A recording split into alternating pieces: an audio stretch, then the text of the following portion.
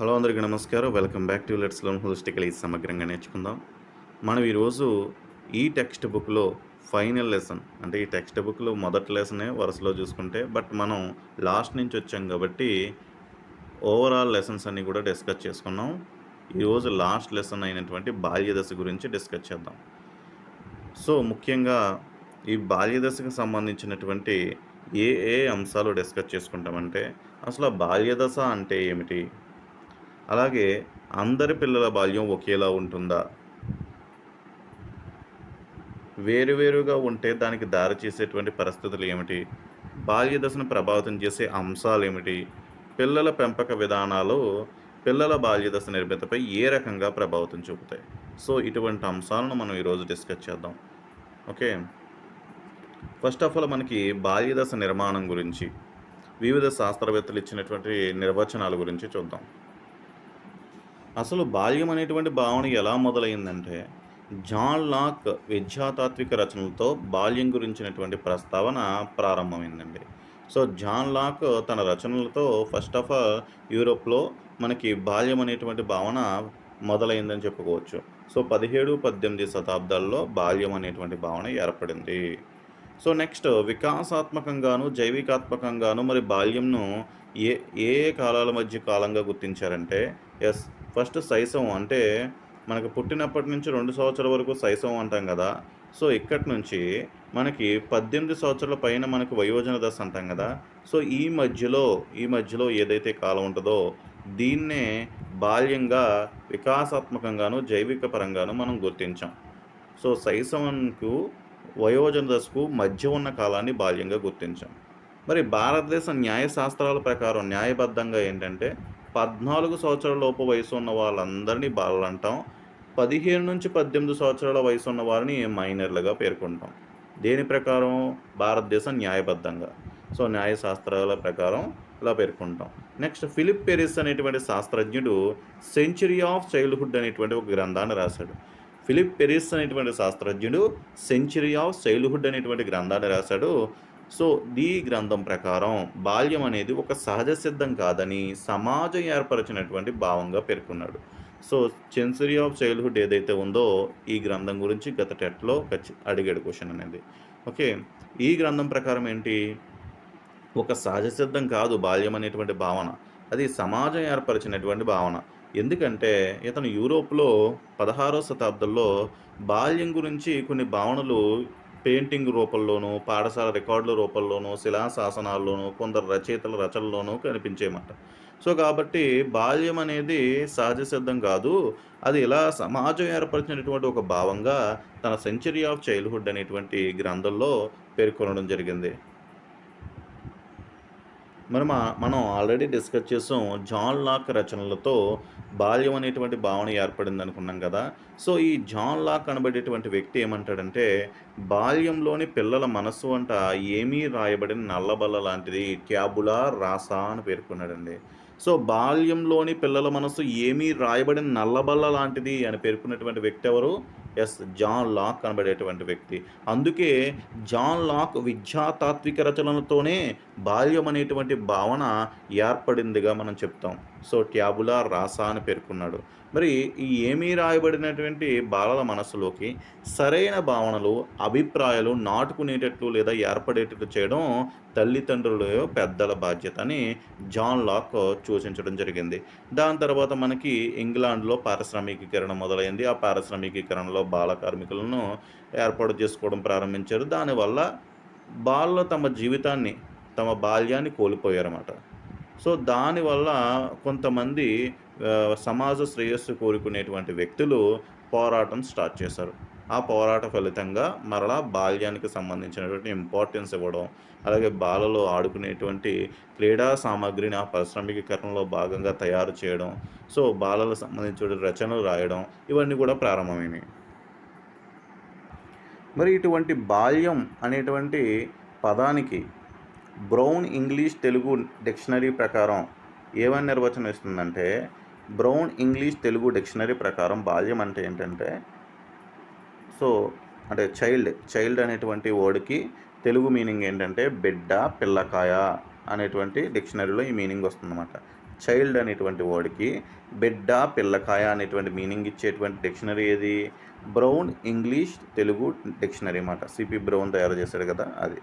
Next పత్రికా పదకోశం ప్రకారం child అంటే ఏంటంటే పిల్లవాడు, చిన్నవాడు లేదా చిన్నది, బాలుడు లేదా బాలిక, ఆడబిడ్డ లేదా మగబిడ్డ, శిశువు లేదా వచ్చ అని అర్థం అన్నమాట.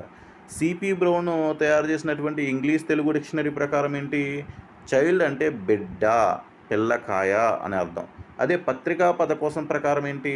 పిల్లవాడు, చిన్నవాడు లేదా చిన్నది, బాలుడు లేదా బాలిక, ఆడబిడ్డ లేదా మగబిడ్డ, శిశువు లేదా వచ్చ అని అర్థం.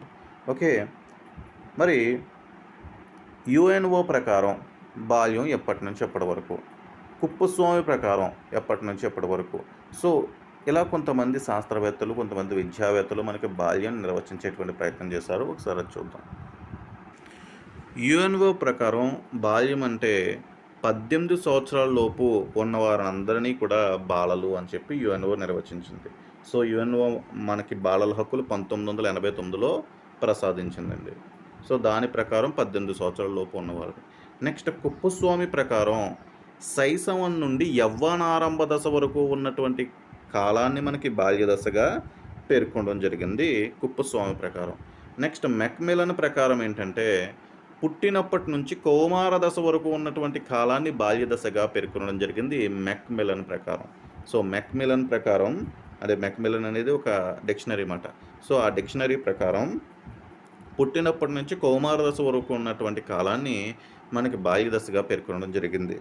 Next the juvenile justice care and protection of children act 2000 ప్రకారం, ఇది the juvenile justice care and protection act 2000 ప్రకారం 18 సంవత్సరాల లోపు వయస్సు గల వారిని బాలలుగా పేర్కొనడం జరిగింది. నెక్స్ట్ సైకాలజిస్ట్ అంటే మనోవిజ్ఞానవేత్తల ప్రకారం 3 నుంచి 12 సంవత్సరాల వయసు వరకు ఉన్న కాలాన్ని బాల్యదశగా పేర్కొనడం జరిగింది. దీంట్లో కూడా 3 నుంచి 6 పూర్వ బాల్యదశగాను, 7 నుంచి 12 ఉత్తర బాల్యదశగాను పేర్కొనడం జరిగింది. ఓవరాల్గా ఈ పేజ్ మొత్తంలో మనకు ఉన్నటువంటి ఇన్ఫర్మేషన్ ఇది. ఓకే, నెక్స్ట్ ఇంపార్టెంట్ పాయింట్ ప్రపంచీకరణ బాల్యదశ. సో అసలు ప్రపంచీకరణ అంటే ఏంటంటే ఆర్థికేతర కార్యకలాపాల పరిధిని విదేశాలకు కూడా విస్తరించే విధానమే మనం ప్రపంచీకరణ అంటాం. అంటే ఆర్థికేతర కార్యకలాపాలన్నీ కూడా మన 1992 ఆ టైంకి ముందు కేవలం లైసెన్స్లన్నీ కూడా గవర్నమెంట్ చేతుల్లోనే ఎక్కువగా ఉండేవి. సో కంపెనీలు స్టార్ట్ చేయాలన్నా కూడా గవర్నమెంట్ నుంచి పర్మిషన్ పొందాలి. పర్మిషన్ చాలా కష్టంగా ఉండేది. సో కానీ 1992 మనకి ఎల్పిజి రిఫార్మ్స్ ఉంటాయి కదా, లిబరలైజేషన్, ప్రైవేటైజేషన్, గ్లోబలైజేషన్ రిఫార్మ్స్. దాని తర్వాత మన ప్రపంచీకరణ అనేది అంటే ప్రపంచంలో ఎక్కడ ఏ విధంగా మనకు కంపెనీ ఉన్నా, ఫర్ ఎగ్జాంపుల్ మన వాట్సాప్ కానీ, యూట్యూబ్ కానీ, లేకపోతే మిగతా కంపెనీస్ ఏవైతే ఉన్నాయో ప్రపంచంలో ఉన్నటువంటి కంపెనీలు, అమెజాన్, ఫ్లిప్కార్ట్, సో ఇటువంటివి మన దేశంలోకి వచ్చి వ్యాపారం చేసుకోగలిగేవంటే బికాజ్ ఆఫ్ మనం సరళీకరణ విధానాల ద్వారా, ఆర్థిక సరళీకరణ విధానాల ద్వారా ప్రపంచీకరణ ప్రోత్సహించగలిగాం. సో ఇలా మనకి ఆర్థికేతర కార్యకలాపాల పరిధిని మన దేశానికి మించి అంటే ప్రపంచమే పరిధిగా ఇప్పుడు జరుగుతున్నాయి. సో కాబట్టి అలా విదేశాలకు కూడా విస్తరించడాని విధానమే ప్రపంచీకరణము అంటాం. సో ఈ ప్రపంచీకరణ వల్ల బాల్యానికి ఏదైనా ప్రభావితం అయ్యిందంటే ఖచ్చితంగా ప్రభావితం అయింది. ఎందుకంటే మనకి అనేక రకాల మాధ్యమాలు వచ్చినాయి. ఇప్పుడు యూట్యూబ్ వచ్చింది. యూట్యూబ్లో ప్రపంచంలో ఎక్కడ ఏం జరుగుతుందనేది తెలుస్తుంది. అలాగే మిగతా చాలా మాధ్యమాలు పిల్లలపై ప్రభావితం చూపుతున్నాయి.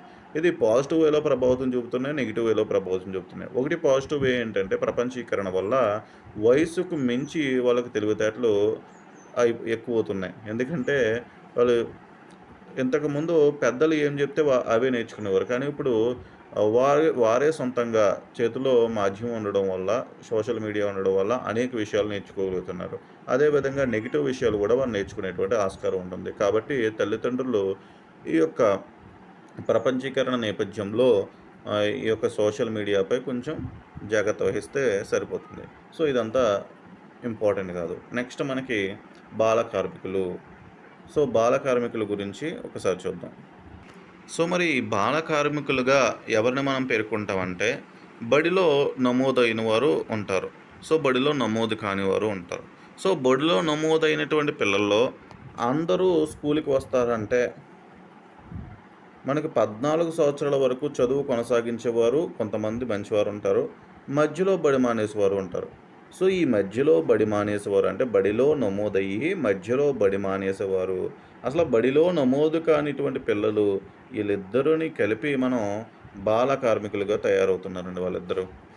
సో, కాబట్టి బాల కార్మికులు అంటే 6-14 సంవత్సరాల లోపు మనకి స్కూలుకి వెళ్ళకుండా ఏవైతే కార్మిక పనులు చేస్తారో వాళ్ళందరిని కూడా బాల కార్మికులు అంటాం. సో, దీంట్లో మధ్యలో బడి మానేసినటువంటి పిల్లలు, అలాగే బడిలో నమోదు కానిటువంటి పిల్లలు కూడా ఉంటారు.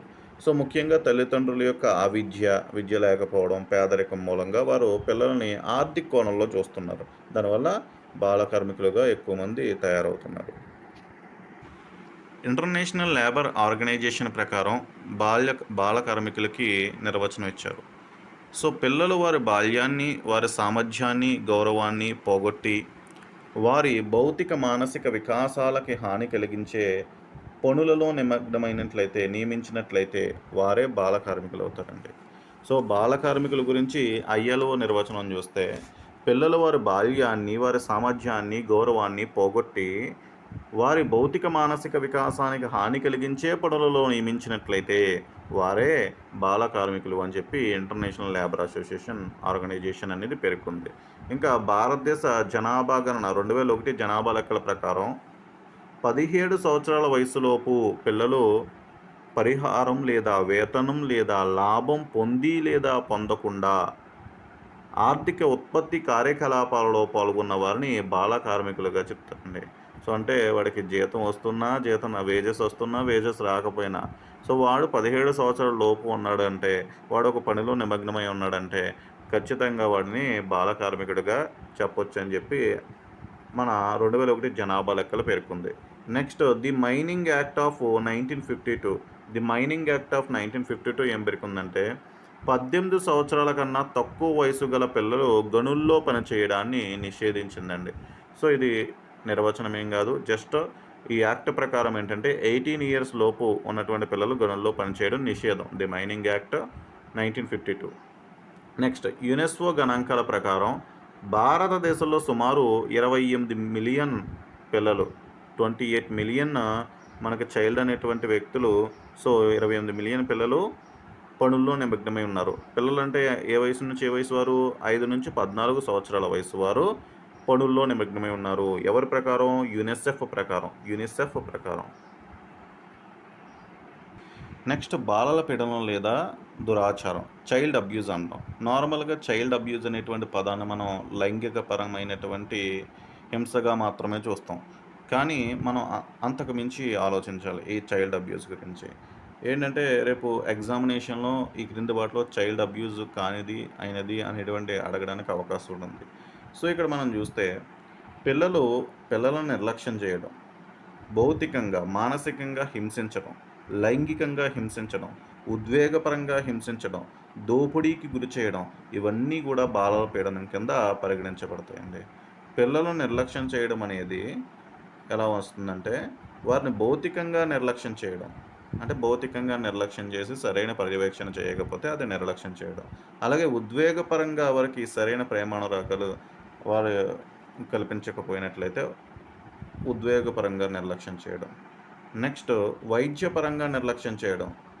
సో, వారికి శైశవ దశలో ఎక్కువగా వ్యాధులకు గురవుతారు కాబట్టి వారికి సరైన మందులు ఇచ్చి వారి వైద్యపరంగా మనం సంరక్షించాలి. కానీ అలా నిర్లక్ష్యం చేయడం కూడా చైల్డ్ అబ్యూజే.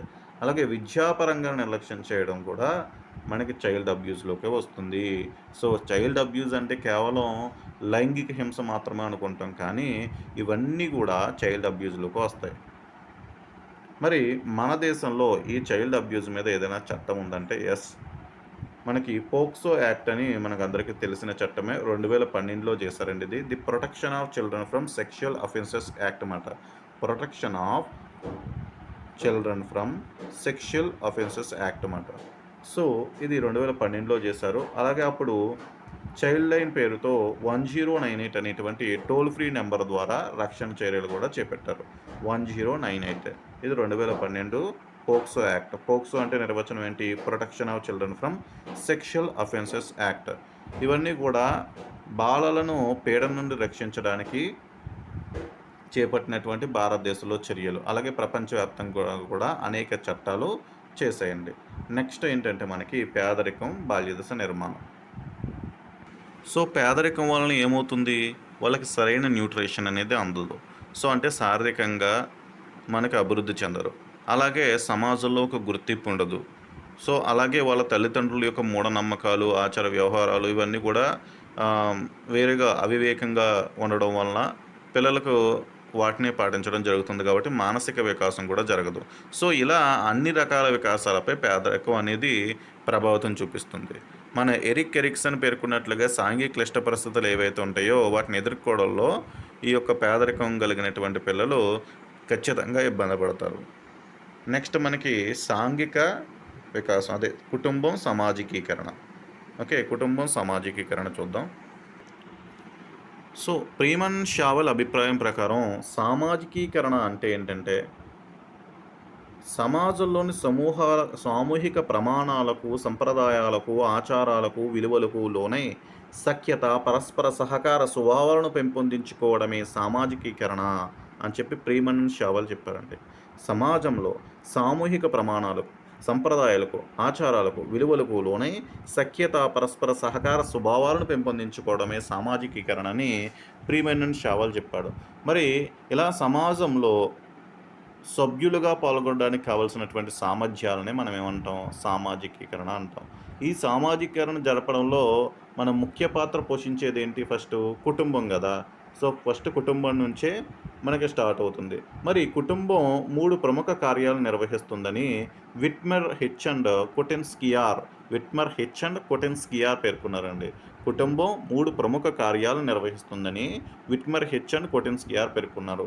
ఆ ప్రముఖ కార్యాలు ఏంటంటే పిల్లలకు తగిన వాత్సల్యాన్ని ఇవ్వడం. తల్లిదండ్రులు పిల్లలకు తగిన వాత్సల్యాన్ని ఇస్తారు కుటుంబంలో. అలాగే కుటుంబంలో తల్లిదండ్రులనే కాదు, కుటుంబ సభ్యుల్లో ప్రతి ఒక్కరు కూడా పిల్లలకు తగిన వాత్సల్యాన్ని ఇస్తారు. నెక్స్ట్ శైశవం నుండి వయోజన దశ వరకు సాంఘిక విలువలు పెంపొందించాలి పిల్లల్లో. అలాగే సమాజంలో తాదాత్మ్యాన్ని కల్పించడం. అంటే సమాజంతో పిల్లలకంటూ ప్రత్యేక అటాచ్‌మెంట్ ఉండదు. కుటుంబం ఏదైతే ఉంటదో ఆ కుటుంబ గుర్తింపు కారణంగా సమాజంలో వాళ్ళకి అటాచ్‌మెంట్ అనేది స్టార్ట్ అవుతుంది. అలాగే సమాజం నాది అనేటువంటి భావన కూడా ఏర్పడుతుంది. సో, ఇలా మనకి కుటుంబం 3 ప్రముఖ కార్యాలు నిర్వహిస్తుంది. ఫస్టు వాత్సల్యాన్ని ఇస్తుంది. నెక్స్ట్ సాంఘిక విలువలు పెంపొందిస్తుంది. నెక్స్ట్ సమాజంతో తాదాత్మ్యాన్ని కల్పిస్తుంది. సో, అని చెప్పి పేర్కొన్నటువంటి వ్యక్తులెవరు? విట్మర్ హిచ్ అండ్ కొటెన్స్కియార్ పేర్కొన్నారు. నెక్స్ట్ రాడ్కీ అనేటువంటి ఒక శాస్త్రవేత్త ఒక పరిశీలన చేశాడండి. అదేంటంటే విభిన్న మనస్తత్వాల గల తల్లిదండ్రుల వలన శిశువు ప్రవర్తన ఏ విధంగా ఉంటుంది అంటే మనస్తత్వాలు మారితే ఆ యొక్క శిశువు ప్రవర్తన ఏ విధంగా ఉంటుంది. ఇప్పుడు మనకి పిల్లల పెంపక శైలిలో సాధికారతతో పిల్లల పెంపక శైలి, నిరంకుశతతో పిల్లల పెంపక శైలి అని మనం నెక్స్ట్ డిస్కస్ చేస్తాం. సో, అలా పెద్దల యొక్క మనస్తత్వాలు, విభిన్న మనస్తత్వాలు కలిగినటువంటి తల్లిదండ్రుల వలన పిల్లల యొక్క ప్రవర్తన ఏ విధంగా ఉంటుందనే దానిపై రాడ్కీ అనేటువంటి వ్యక్తి ఒక పరిశీలన జరిపాడు. అలాగే ఆర్థిక అంశం ఎప్పుడు కూడా మనకి డబ్బున్న వాళ్ళని కదా సమాజంలో ఒక గుర్తింపు అనేది వస్తుంది. సో, సోషల్ స్టేటస్ అనేది ఖచ్చితంగా ఎకనామికల్ స్టేటస్ మీద డిపెండ్ అయి ఉంటుంది. సో, ఎకనామికల్ స్టేటస్ బాగా లేనటువంటి తల్లిదండ్రులు చాలా వరకు మనకుంటారు. సో, అప్పుడు ఆ తల్లిదండ్రుల్లో కలిగేటువంటి ఆతృత గానీ, పోషణ లేకపోవడం పాపం మనకి న్యూట్రిషన్ గూడా సరిగ్గా ఇవ్వలేని పరిస్థితి ఉంటుంది. అటువంటి కారకాలు వ్యక్తులలో మానసిక గాయాలను రేపుతాయని చెప్పి టగార్టన్ అనేటువంటి వ్యక్తి అభిప్రాయపడ్డాడండి. టగార్టన్ ఏమని అభిప్రాయపడ్డాడు? ఆర్థిక లేమి వలన తల్లిదండ్రుల్లో కలిగే ఆతృత, పోషణ లేకపోవడం మొదలైన కారకాలు వ్యక్తులలో మానసిక గాయాలను రేపుతాయని టగార్టన్ అభిప్రాయపడ్డాడు. నెక్స్ట్ స్పెరా ఏమంటాడంటే, ఈ స్పెరా అనబడేటువంటి వ్యక్తి పిల్లల పెంపక విధానం అంటే పెంపక విధానానికి, పెంపక శైలికి మధ్య భేదాన్ని చెప్పాడు. సో, పెంపక విధానం అంటే వారి పిల్లల సామాజికీకరణకు ఉపయోగించే నిర్దిష్ట ప్రవర్తనాంశాలను సూచిస్తుందండి. సో, అంటే పెంపక విధానం అనేది సో, మనకి విధానం అంటారు కదా! ఇప్పుడు ఫర్ ఎగ్జాంపుల్ 'సీతం వాకిట్లో సిరిమల్లె చెట్టులో' మనకి దాంట్లో రేలంగి మావయ్య సంథింగ్ ఒక క్యారెక్టర్ ఉంటది. ఆ క్యారెక్టర్ అస్తమానం అంటాడు కదా! విధానం అలాంటిది. సో, అంటే సమాజంలో ఎలా ప్రవర్తించాలి అనేటువంటి విషయాన్ని సంబంధించి విధానం చెప్తుంటే, శైలి ఏమని చెప్తుందంటే, పిల్లలకు కలిగించేటువంటి ఉద్వేగ వాతావరణాన్ని చూపిస్తుంది. అంటే ఉద్వేగ వాతావరణం అంటే, ఇప్పుడు సాధికారతతో పెంపక శైలి, నిరంకుశతతో పెంపక శైలి, జోక్యరహిత పెంపక శైలి.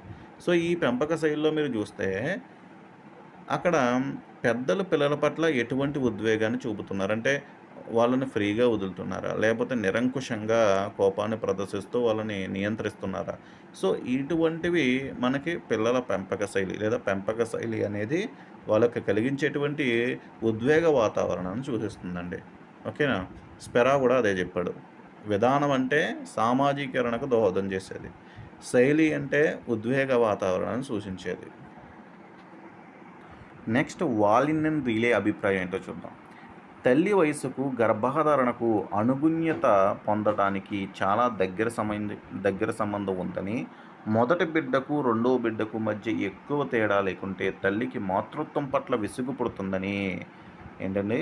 మొదటి బిడ్డకు, రెండో బిడ్డకు మధ్య ఎక్కువ తేడా లేకుంటే తల్లికి మాతృత్వం పట్ల విసుగు పుడుతుందని వాలిన్ రిలేటువంటి అభిప్రాయం. మాతృత్వం పట్ల విసుగు పుట్టి, ఆ పిల్లలకు కొంచెం ఆ పిల్లల పట్ల విసుగు పుడుతుంది. సో, అనేటువంటిది మనకిక్కడ చెప్తున్నాడు వాలిన్ రీలే అనేటువంటి వ్యక్తులు. సో, ఇప్పటి వరకు చాలా వరకు నిర్వచనాలు అది మొత్తం వదిలేయకుండా జస్ట్ ఇంపార్టెంట్ పాయింట్స్ అన్నిటిని కూడా మనం డిస్కస్ చేసాం. ఎందుకంటే మిగతాదంతా వేస్ట్ డిస్కస్ చేసిన. సో, ఇప్పటి నుంచి మోస్ట్ ఇంపార్టెంట్ పాయింట్స్ వస్తాయి క్లాస్‌లో. చూద్దాం. పిల్లల పెంపక శైలులు. సో, పిల్లల పెంపక శైలుల గురించి బామ్రిన్ అండ్ బ్లాక్ అనేటువంటి వ్యక్తులు ఏమన్నారంటే, అత్యంత ప్రభావవంతమైన శైలిని, తక్కువ ప్రభావవంతమైన శైలిని వేరు చేసి 3 అంశాలు ప్రతిపాదించారండి. సో, దాంట్లో ఫస్ట్‌ది తల్లిదండ్రులు పిల్లల భావాలను, ఆలోచనలను అంగీకరించడం వలన తల్లిదండ్రులకు, పిల్లలకు మధ్య ఉద్వేగ సంధానం ఏర్పరుస్తుంది. సో, తల్లిదండ్రులంట పిల్లల యొక్క భావాలను, ఆలోచనలను అంగీకరించడం వలన వాళ్ళు ఏదైనా చెప్తే, వాళ్ళు ఏదన్నా మనకు భావాలు చెప్పేటువంటి ప్రయత్నం చేస్తే, మనం వాటిని అంగీకరించడం వలన తల్లిదండ్రులకు, పిల్లలకు మధ్య ఉద్వేగ సంధానం ఏర్పరుస్తుంది. నెక్స్ట్ రెండవది తల్లిదండ్రులు నియమాలు, నిబంధనలను పర్యవేక్షణ ద్వారా పిల్లల ప్రవర్తనను నియంత్రించడం వలన పిల్లల్లో మరింత పరిపక్వమైనటువంటి ప్రవర్తన కలిగేటట్లు చేస్తుంది.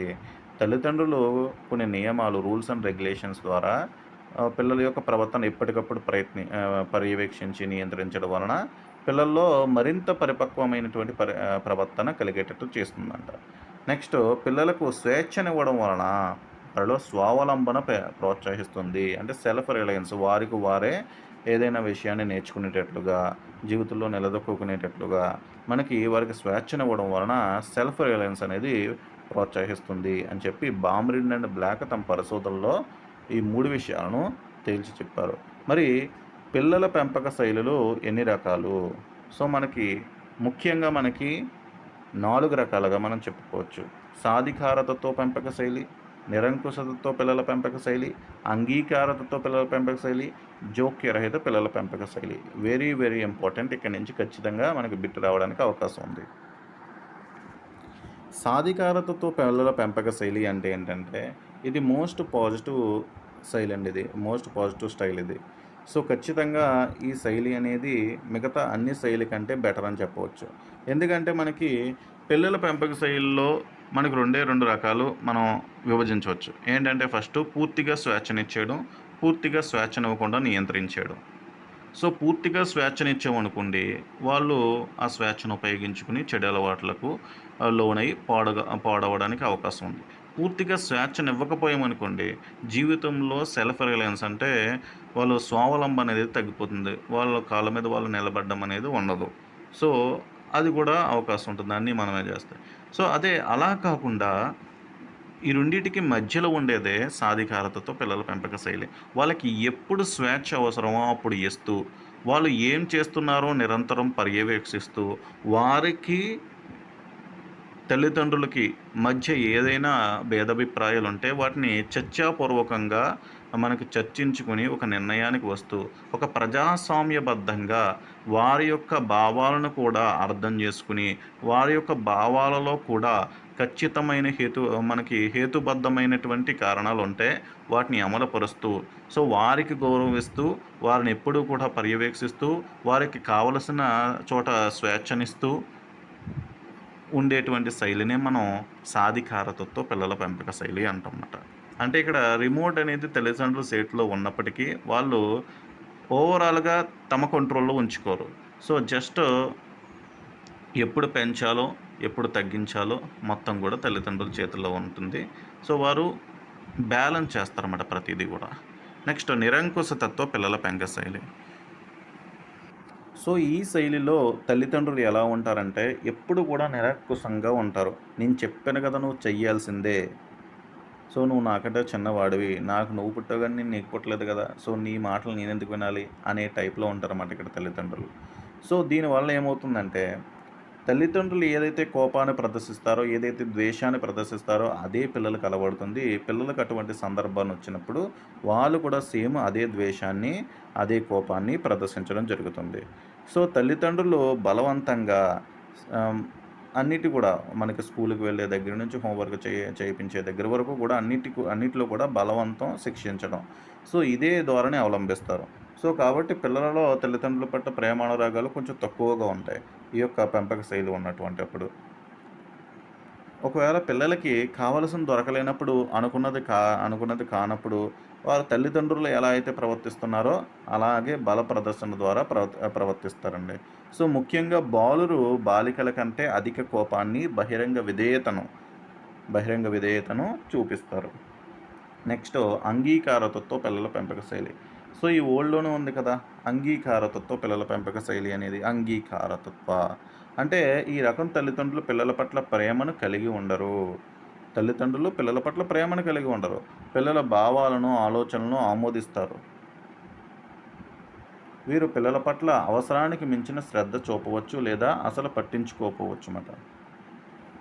సో, ప్రవర్తనను నియంత్రించడం ఉండదు. సో, వాళ్ళ యొక్క ప్రవర్తన ఇలా ఉండాలి అని చెప్పి నియంత్రించడం ఉండదు. సో, పిల్లలలో తమ వయస్సుకు తగిన పరిపక్వత, ప్రవర్తన వ్యక్తం చేయాలని వారు ఎక్కువగా పిల్లలను ఆజ్ఞాపించరు. సో, అంటే మనకి సాధికారతతో పిల్లల పెంపక శైలిలాగా ఎప్పుడు ఏ విధంగా పిల్లలు ప్రవర్తించాలి అనేటువంటి ఒక ఆలోచన అనేది తల్లిదండ్రులకు ఉండదు. సో, నిర్ణయాలు తీసుకునే స్థాయి రాకముందే పిల్లలు తమ నిర్ణయాలు తామే తీసుకోవడం ఎక్కువగా అనుమతిస్తారనమాట. అంగీకారం ఎక్కువగా ప్రతిదానికి కూడా అంగీకారం ఉంటదన్నమాట. సో, పెద్దగా పిల్లలు పాడవుతున్నారనేటువంటి ధ్యాస ఉండదు వీళ్ళ తల్లిదండ్రులకి. సో, ఈ పెంపక శైలిలో. పిల్లల ప్రవర్తనపై తక్కువ నియంత్రణ చూపుతారు ఎప్పుడు గూడా. ప్రతిదానికి అనుమతిచ్చేస్తారు, అంగీకరించేస్తారు. సో, ఈ పద్ధతి ప్రకారం స్వేచ్ఛనివ్వకుండా నిర్ణయాలు తీసుకోవడంలో పిల్లలకు అధిక స్వేచ్ఛనిస్తారు. ఒక పద్ధతి ప్రకారం స్వేచ్ఛనిచ్చేదేంటి? సాధికారతతో పెంపక శైలి. సో, అలా ఒక పద్ధతి ప్రకారం స్వేచ్ఛనివ్వకుండా దేన్ని పడితే దానికి స్వేచ్ఛనిచ్చేస్తారన్నమాట. పిల్లలు ఏ నిర్ణయం కావాలితే ఆ నిర్ణయం వాళ్ళకి వాళ్ళు తీసేసుకోవచ్చు.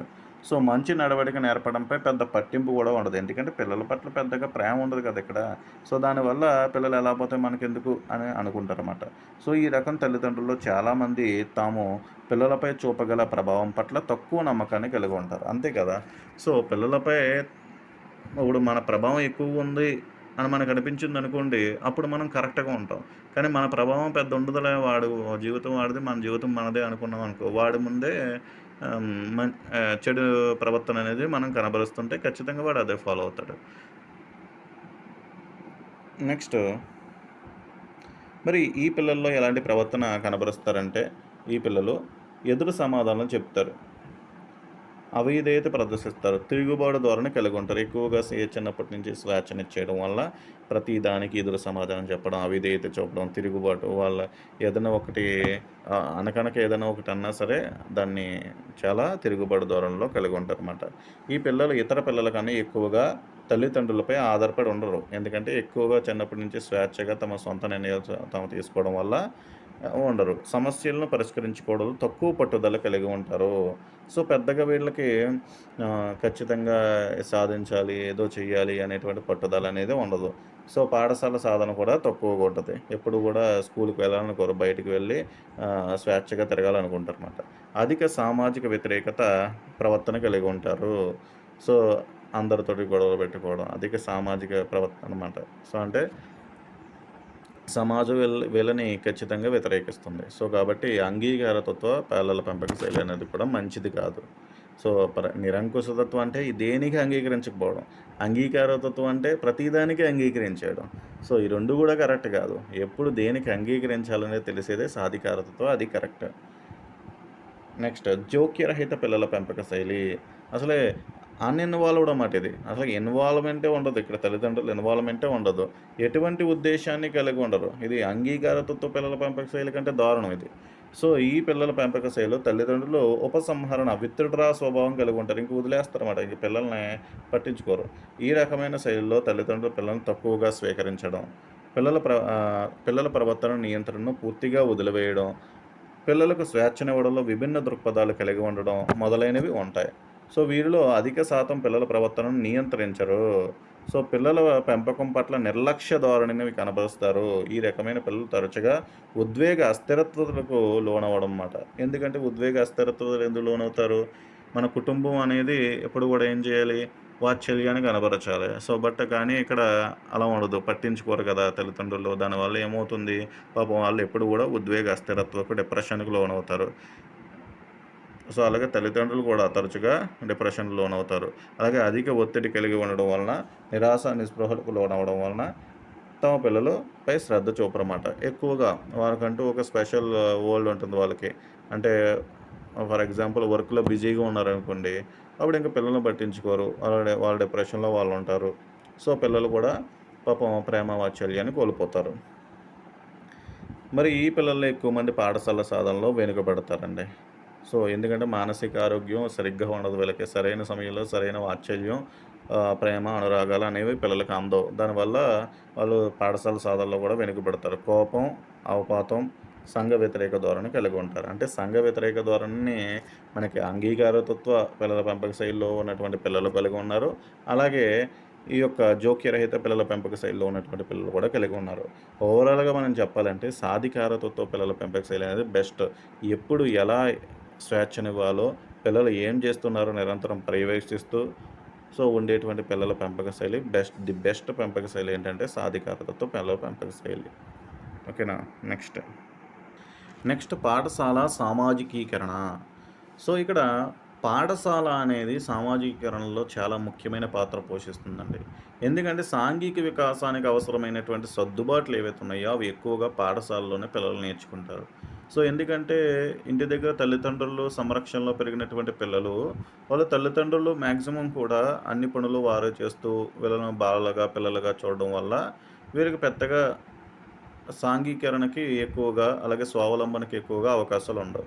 అదే పాఠశాలకు వచ్చినప్పుడు చాలామంది వ్యక్తులతో పరిచయాలు పెరగడం వల్ల, అనేక విభిన్న మనస్తత్వాలు కలిగినటువంటి వ్యక్తులతో పరిచయాలు పెరగడం వల్ల వీళ్ళకి సామాజికీకరణ అనేది ఎక్కువగా జరుగుతుంది. అలాగే ప్రతి వ్యక్తితోటి ఎలా సర్దుబాటు చేసుకోవాలి అనేటువంటి విషయం పిల్లలు నేర్చుకుంటారు. సో, నెక్స్ట్ మనకి సమవయస్కుల ప్రభావం. సో, పాఠశాలలో సమవయస్కులు ఉంటారు కదా! మరి రుబిన్ బకోస్కీ అని పార్కర్ల ప్రకారం ఏంటంటే, బాలలు మొదట తమకు సామీప్యంలో ఉన్న వారితో అంటే తరగతి గదిలో సామీప్యంలో ఉన్న వారితో కలిసి సమవయస్కుల బృందాలుగా ఏర్పడతారు. అంటే ఒకే లింగం బాయ్స్ సమవయస్కులుగా ఏర్పడతారు. గర్ల్స్ సమవయస్కులుగా ఏర్పడతారు. అలాగే జాతి, పాఠశాల సాధన, సారూప్య ప్రవర్తన సో, మొదలైనవి బాలల బృందాలుగా ఏర్పడడానికి సహకరిస్తాయండి. ఈ విషయాన్ని చెప్పినటువంటి వ్యక్తులు ఎవరంటే రుబెన్ బకోస్కీ అని పార్కర్లు. సో, సమవయస్కుల ప్రభావం కూడా బాలలపై ఎక్కువగానే ఉంటుంది. ఎందుకంటే సమవయస్కులలో ఒక్కొక్కరు ఒక్కొక్క రకమైనటువంటి ప్రవర్తనలు కలిగి ఉంటారు కాబట్టి, వారితో ఎలా సర్దుబాటు చేసుకోవాలి అనేటువంటి విషయాన్ని అప్పుడే నేర్చుకుంటారు. దానివల్ల జీవితంలో అనేక రకాలైనటువంటి వ్యక్తులతో ఎలా ప్రవర్తించాలి, ఎలా సర్దుబాటు చేసుకోవాలి అనేటువంటి సాంఘీకరణ మనకి పాఠశాలలో సమవయస్కుల ప్రభావంచే ఏర్పడుతుంది. నెక్స్ట్ మనకి పాఠశాల సంస్కృతి, వాతావరణం, సంస్కృతి. అసలు సంస్కృతి అంటే ఏంటి? ఇండియన్ కల్చర్ అంటాం, అమెరికన్ కల్చర్ అంటాం, లేదా హిందూ కల్చర్ అంటాం, క్రిస్టియన్ కల్చర్ అంటాం, ముస్లిం కల్చర్ అంటాం. అంటే కల్చర్ అనేటువంటి పదానికి అర్థం ఏంటంటే, మనం ఎటువంటి దుస్తులు ధరిస్తున్నాం, మనం ఎటువంటి ఆహార పదార్థాలు మనం తింటున్నాం, మనం ఎటువంటి పండగలు చేసుకుంటున్నాం, ఆ పండగల్లో ఎటువంటి నియమ నిబంధనలు పాటిస్తున్నాం. సో, ఇదే కదా మన కల్చర్‌ని రిసెంబుల్ చేసేది. మన ట్రెడిషన్ గాని, సో, ఇవన్నీ కూడా రిసెంబుల్ చేసేది మన కల్చర్. సో, అలాగే పాఠశాలకు కూడా ఒక కల్చర్ ఉంటుంది. ఆ కల్చర్ ఏమి రిఫ్లెక్ట్ చేస్తుందంటే, పాఠశాల ఏర్పాటు చేసినటువంటి నిబంధనలు, నమ్మకాలు, విలువలను, అలాగే నిర్వహించే ఉత్సవాలు, ఆచారాలు ఇవి ప్రతిబింబిస్తుంది.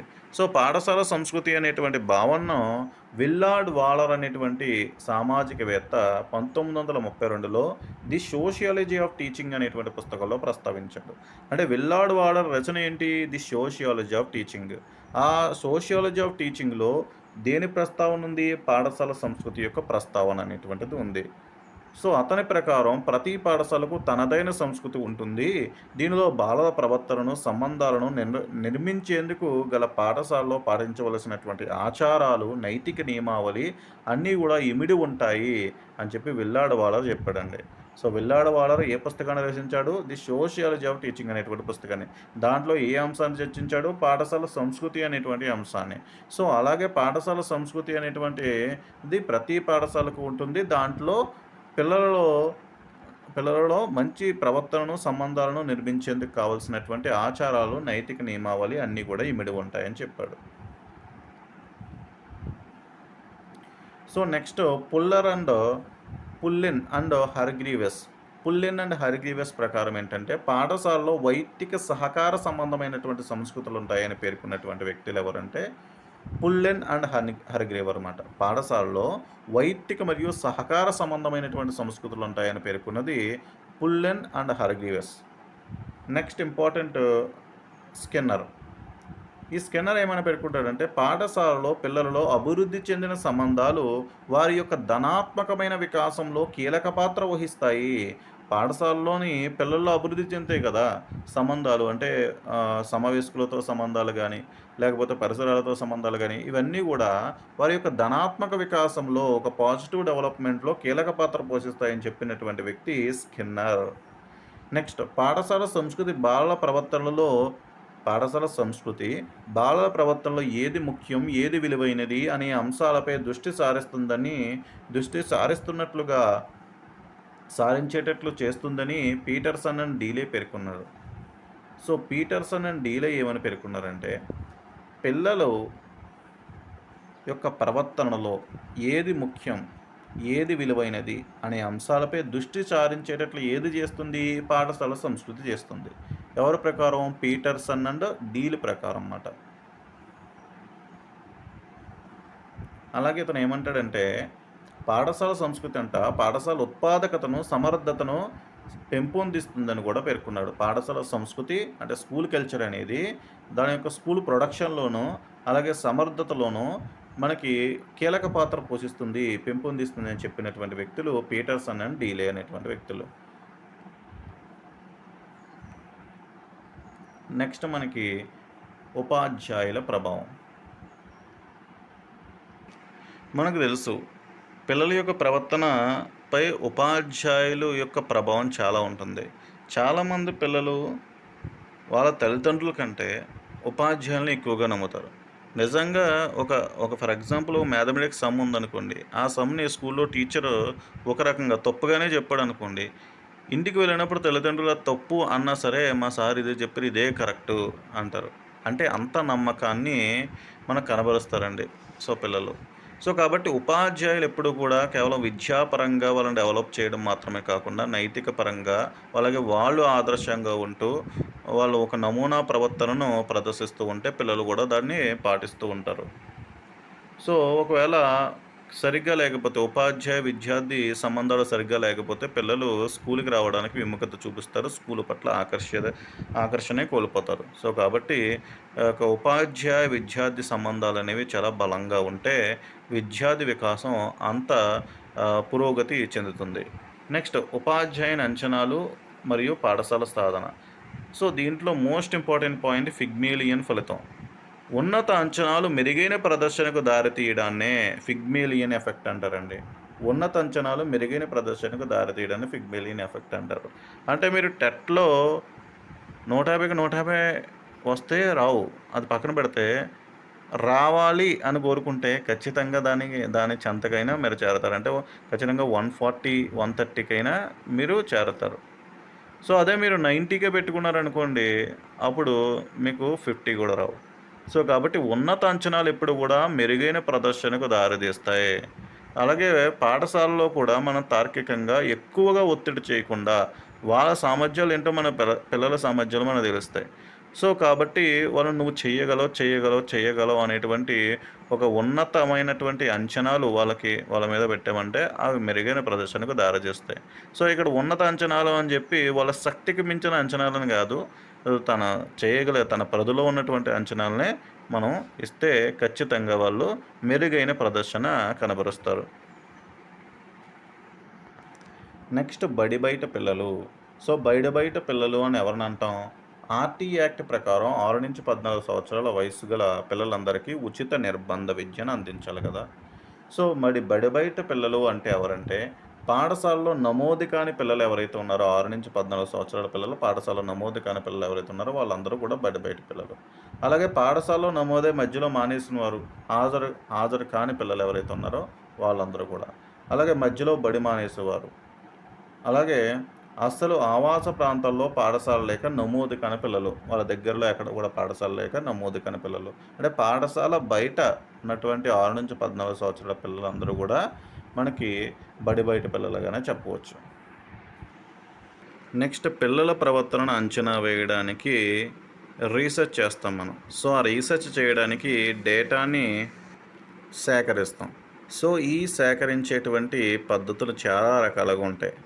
సో, ఆ సేకరించేటువంటి పద్ధతుల్లో మనం చాలా రకాల టూల్స్ ఉపయోగిస్తాం. సో, రీసెర్చ్ చేయడానికి మనం డేటా సేకరించాలి. డేటా సేకరించేటప్పుడు చాలా రకాల టూల్స్ ఉపయోగిస్తాం. సో, ఆ రకాల టూల్స్ ఏంటి? అసలు రీసెర్చ్ ఎలా చేయాలి? అసలు రీసెర్చ్ అంటే ఏంటి? సో, ఇవన్నిటి గురించి ఇప్పుడు నేర్చుకుందాం. సో, మనకి రీసెర్చ్ పరిశోధన అంటే ఒక శాస్త్రీయ పద్ధతిలో సమస్యను గుర్తించాలి ఫస్ట్. తర్వాత పరికల్పన ఏర్పరచుకోవడం మాట. అంటే హైపోథెసిస్ చేయడం. ఓకే. సమస్యకు పరిష్కారం ఇదే ఉంటుంది అని చెప్పి ఒక హైపోథెసిస్ చేయడం. నెక్స్ట్ దత్తాంశాన్ని సేకరించడం. దానికి కావాల్సినటువంటి సమస్య పరిష్కారానికి కావాల్సినటువంటి ఇన్ఫర్మేషన్ అంతటిని కూడా సేకరించడం. ఆ ఇన్ఫర్మేషన్ అంతటిని కూడా ఎనలైజ్ చేయడం మాట. ఓకే. సమస్య పరిష్కారానికి ఎంతవరకు తోడ్పడుతుంది అని చెప్పి ఎనలైజ్ చేయడం, విశ్లేషించడం. విశ్లేషణను వ్యాఖ్యానించడం. సో, ఆ విశ్లేషణ అంతటిని కూడా మనం సొంత మాటల్లో వ్యాఖ్యానించడం. లాస్ట్ నివేదనను తయారు చేసి ప్రచురించడం జరుగుతుంది. సో, ఇది రీసెర్చ్. సో, రీసెర్చ్ అంటే ఏంటి? ఫస్ట్ పిల్లల ప్రవర్తన కాబట్టి ఇప్పుడు పిల్లల ప్రవర్తనలో కొంచెం వేరేగా ఉంది. అల్లరి ఎక్కువ చేస్తున్నాడు. అదొక సమస్య. ఆ సమస్యను గుర్తించాం. సో, తర్వాత పరికల్పన ఒక హైపోథెసిస్ ఏర్పరచుకున్నామన్నమాట. ఏంటి దీన్ని ఎలా సాల్వ్ చేయాలి అనేటువంటి ఒక హైపోథెసిస్ ఏర్పరచుకున్నాం. దాని తర్వాత మనకు కావాల్సినటువంటి ఇన్ఫర్మేషన్ వాళ్ళ తల్లిదండ్రుల నుంచి గానీ, ఉపాధ్యాయుల నుండి గానీ ఇన్ఫర్మేషన్ సేకరించాం ఆ పిల్లవాడి గురించి. ఆ ఇన్ఫర్మేషన్‌ని అనలైజ్ చేసాం. ఓకే. ఎందుకు ఇలా ప్రవర్తిస్తున్నాడని చెప్పి ఆ ఇన్ఫర్మేషన్ అంతా గ్యాదర్ చేసుకొని అనలైజ్ చేసాం. అనలైజ్ చేసి వ్యాఖ్యానించి దాని తర్వాత ఒక రిపోర్ట్ తయారు చేసి ప్రచురించామన్నమాట. రీసెర్చ్ అంటే పిల్లల ప్రవర్తనపై పిల్లలు ఎక్కువగా అల్లరి చేయడానికి వాళ్ళ తల్లిదండ్రుల ప్రవర్తనకి మధ్య సంబంధం ఉంది అని మనం కనుక్కొని దాన్ని మనం ఒక రిపోర్ట్ తయారు చేసి ప్రచురించాం. సో, దీన్నే మనం రీసెర్చ్ అంటాంగా. సో, ఇది రీసెర్చ్ మాట. మరి పరిశోధనా పద్ధతులను విభిన్న రీతుల్లో వర్గీకరించవచ్చండి. అందులో ఒక రీతి ముఖ్యంగా బాలల మనోవిజ్ఞాన శాస్త్ర పరిశోధించడానికి 4 రకాలుగా విభజించారండి. సో, పరిశోధనకు సంబంధించి ఈ రకాలు చాలా important. Historical research, correlation research, descriptive research, అలాగే యాక్షన్ రీసెర్చ్ అంటాం కదా! సో, అలా చారిత్రాత్మక పరిశోధన, సహసంబంధ పరిశోధన, వర్ణనాత్మక పరిశోధన, అలాగే ప్రయోగాత్మక పరిశోధన లేదా చర్యాత్మక పరిశోధన అనేది మనం చెప్పుకోవచ్చు. చారిత్రక పరిశోధన. చారిత్రక పరిశోధన అంటే ఏం లేదు. చరిత్రలో ఏ శతాబ్దాలలో బాలలు ఎలా ఉన్నారు? సో, ఆ బాలలకు సంబంధించినటువంటి వాస్తవాలు ఏవైతే ఉంటాయో, అవి చరిత్రాత్మకంగా ప్రాచీన, మధ్యమ, ఆధునిక, నవీన కాలాలలో బాలల పట్ల జరిగినటువంటి మార్పులను గుర్తించి అధ్యయనం చేస్తే దాన్నే చారిత్రాత్మక పరిశోధన అంటమాట. అంటే మన ప్రాచీన కాలంలో బాలలను ఎలా చూసేవారు, మధ్యమ యుగంలో బాలలను ఎలా చూసేవారు. సో, అలా ఒక చరిత్రాత్మకంగా అధ్యయనం చేస్తే దట్ ఈస్ చారిత్రక పరిశోధన. నెక్స్ట్ సహసంబంధ పరిశోధన అంటే ఈ పేరులోనే ఉంది కోరిలేషన్ అనమాట. అంటే బాలలు ఇలా ప్రవర్తించడానికి వేరొక రకమైనటువంటి ఏదో కారణమై ఉంటుంది. సో, దానికి దీనికి రిలేషన్. అంటే ఫర్ ఎగ్జాంపుల్ పిల్లల యొక్క భాషణానికి, వాళ్ళు నివసించేటువంటి పరిసరాలకి, అలాగే తల్లిదండ్రుల పెంపక విధానానికి, పిల్లలు విద్యా సాధనకి. సో, ఈ అన్నిట్లికి మధ్య ఉన్నటువంటి సంబంధం అన్నమాట. ఒకదానికి మరొకదానికి మధ్య ఉన్నటువంటి సంబంధం. అంటే పిల్లల యొక్క ప్రవర్తనకి, వారి పరిసరాలకి, తల్లిదండ్రులకి, సో వీటికి మధ్య ఉన్నటువంటి సహసంబంధాన్ని అధ్యయనం చేసేదే మనకు సహసంబంధ పరిశోధన అంటాం. నెక్స్ట్ వర్ణనాత్మక పరిశోధన అంటే ఏంటంటే, ప్రస్తుత స్థితి ఏదైతే ఉంటుందో దాన్ని వర్ణించడం అన్నమాట. సో, వర్ణించి వ్యాఖ్యానించే పరిశోధనే వర్ణనాత్మక పరిశోధన. అంటే ఇప్పుడు ప్రస్తుతం ఏం జరుగుతున్నాయి? టెక్నాలజీ ఏంటి? ప్రపంచీకరణ ఉంది. ఆ ప్రపంచీకరణ పిల్లలపై ప్రభావితం చూపుతుందా? నెక్స్ట్ న్యూక్లియర్ కుటుంబ వ్యవస్థ ఉంది. అంటే చిన్న కుటుంబ వ్యవస్థ ఉంది. ఆ చిన్న కుటుంబ వ్యవస్థ వల్ల పిల్లల ప్రవర్తన ఎలా ప్రభావితం అవుతుంది? అలాగే చాలామంది తల్లిదండ్రులు మనకి ఉద్యోగాలు చేస్తున్నారు. ఇంతకుముందైతే ప్యాట్రియాటిక్ సొసైటీలో తండ్రి మాత్రమే ఉద్యోగాలు చేసేవాడు. తల్లి ఇంట్లో పిల్లల సంరక్షణ బాధ్యతలు చూసుకునేది. కానీ ఇప్పుడు తల్లి కూడా ఉద్యోగం చేస్తుంది. సో, అలా ఆ ఉద్యోగినుల యొక్క తల్లులు ఉన్నప్పుడు పిల్లల ప్రవర్తన యొక్క ప్రభావం ఎలా ఉంది? అలాగే మనకి చాలా వరకు ప్లే స్కూల్స్ వచ్చేసినాయి.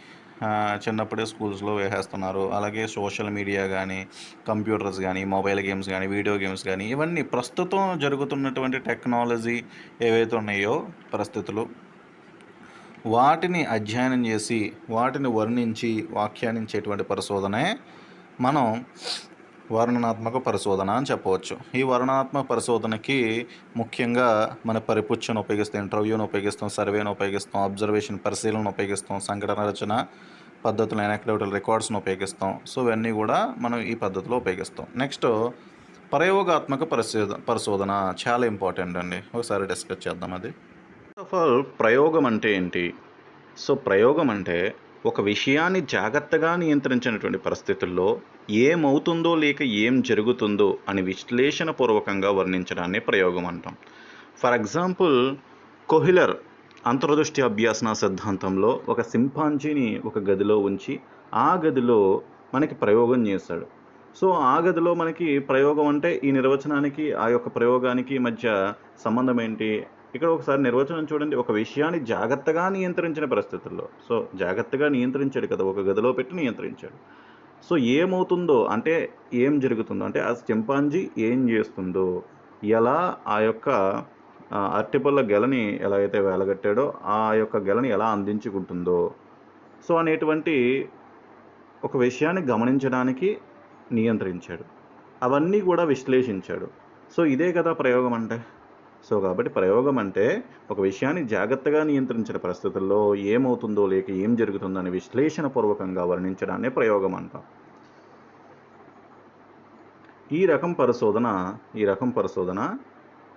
పరిశోధకుడు పరిశీలంశాన్ని పరిశోధన జరిగేటప్పుడు నియంత్రణ చేసి దాని వలన జరిగే మార్పులు గమనిస్తాడండి. సో, కంట్రోల్ అనేది ఉంటుంది ఇక్కడ. సో, అందుకే ఈ పద్ధతిలో వ్యక్తినిష్టతకి ప్రాధాన్యత ఉండదు, వస్తునిష్టతకి ప్రాధాన్యత ఉంటుంది. సో, వ్యక్తినిష్టత అంటే ఏంటి, వస్తునిష్టత అంటే ఏంటి? ఫర్ ఎగ్జాంపుల్ మీరు ఇంటర్వ్యూకి వెళ్ళారు. సో, మీరు ఇంటర్వ్యూలో కూర్చున్నప్పుడు అతను మీ గురించి చాలా విషయాలు అడిగాడు. మీకు చెప్పాలనుకున్న విషయాలు చెప్తారు, చెప్పకూడదు అనుకున్న విషయాలు మీరు చెప్పకుండా మీలోనే దాచేసుకుంటారు. సో, అప్పుడు ఆ ప్రయోగానికి, ఆ యొక్క పరిపుచ్చ లేదా ఇంటర్వ్యూకి ఏమున్నట్టు, వ్యక్తినిష్టత ఉన్నట్టు.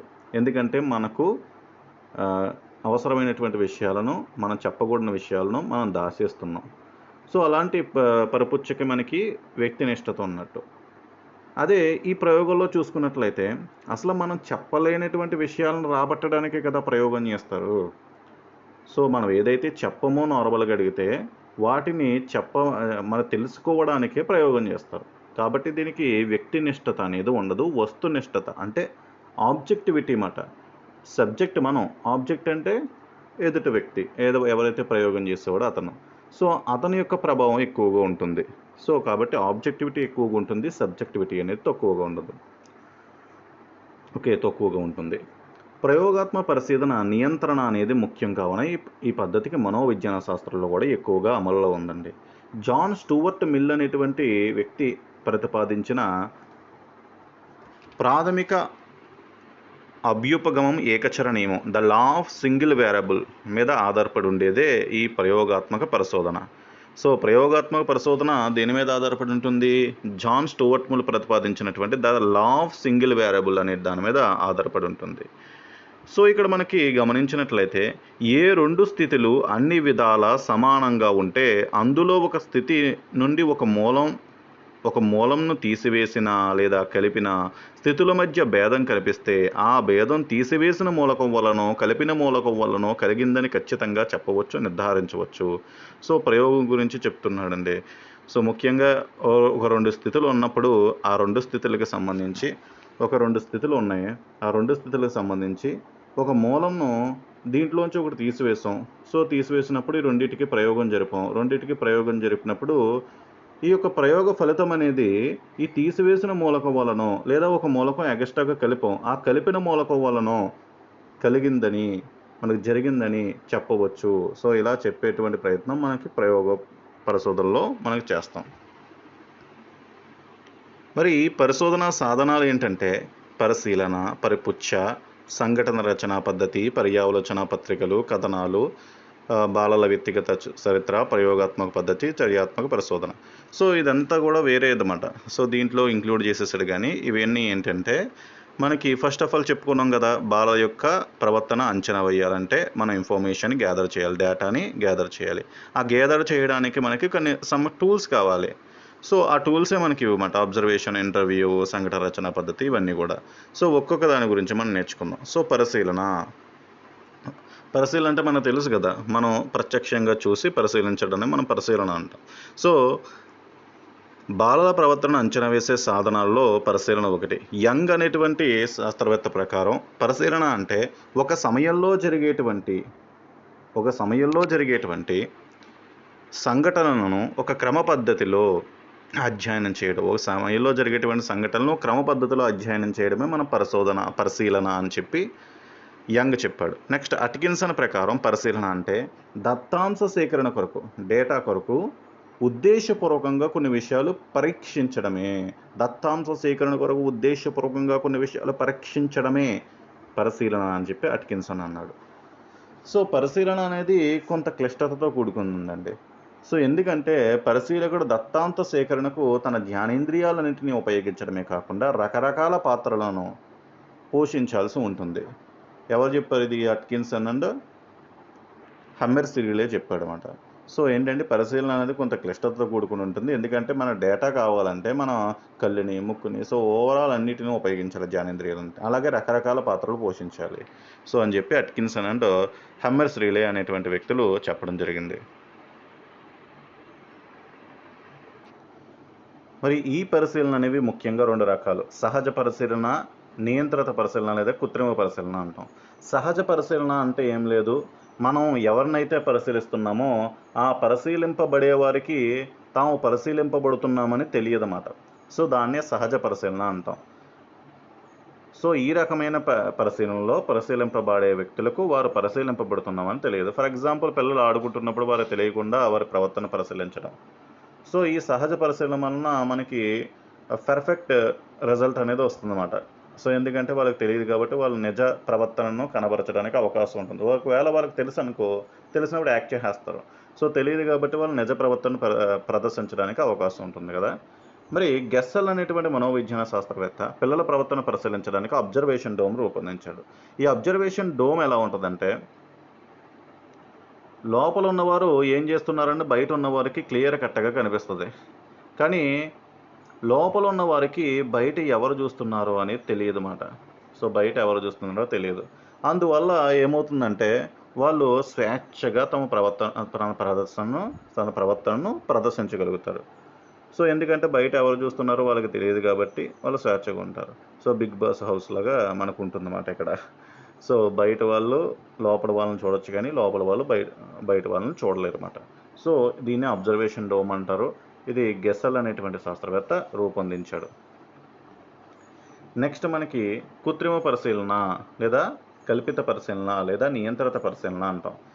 నియంత్రిత పరిశీలన అంటే సహజమైనటువంటి పరిస్థితులు ఏవైతే ఉంటాయో వాటిని కృత్రిమంగా కల్పించి నియంత్రిత పద్ధతుల్లో క్రమబద్ధంగా అధ్యయనం చేస్తే దట్ ఈజ్ నియంత్రిత పరిశీలన. సో, నియంత్రిత పరిశీలన అంటే ఒక కల్పితమైనటువంటి వాతావరణాన్ని కల్పించి వాళ్ళని నియంత్రించి పరిశీలించడం అన్నమాట. ఇవన్నీ కూడా నియంత్రిత పరిశీలనలోకి వస్తుంది.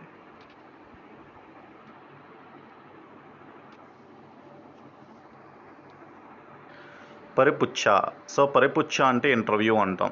సో, మెకోబై ప్రకారం ఒక వ్యక్తి మరొక వ్యక్తితో లేదా వ్యక్తులతో ముఖాముఖి సంభాషించి వారి నుండి కావలసిన సమాచారాన్ని రాబట్టి నమోదు చేసి విశ్లేషించి వ్యాఖ్యానించే పద్ధతినే మనం ఏమంటాం పరిపుచ్ఛ అంటాం అన్నమాట. మెకోబై ఏమన్నాడు, ఒక వ్యక్తి మరొక వ్యక్తులతో లేదా ముఖాముఖి సంభాషించి వారి నుండి కావలసిన సమాచారం రాబట్టి నమోదు చేసి విశ్లేషించి వ్యాఖ్యానించే పద్ధతినే మనం మెకోబై పరిపుచ్ఛ అన్నాడు. ఈ పరిపుచ్ఛలో 2 వర్డ్స్ చాలా ఇంపార్టెంట్. ఒకటి పరిపుచ్చకుడు, రెండోది పరిపుచ్చితుడు.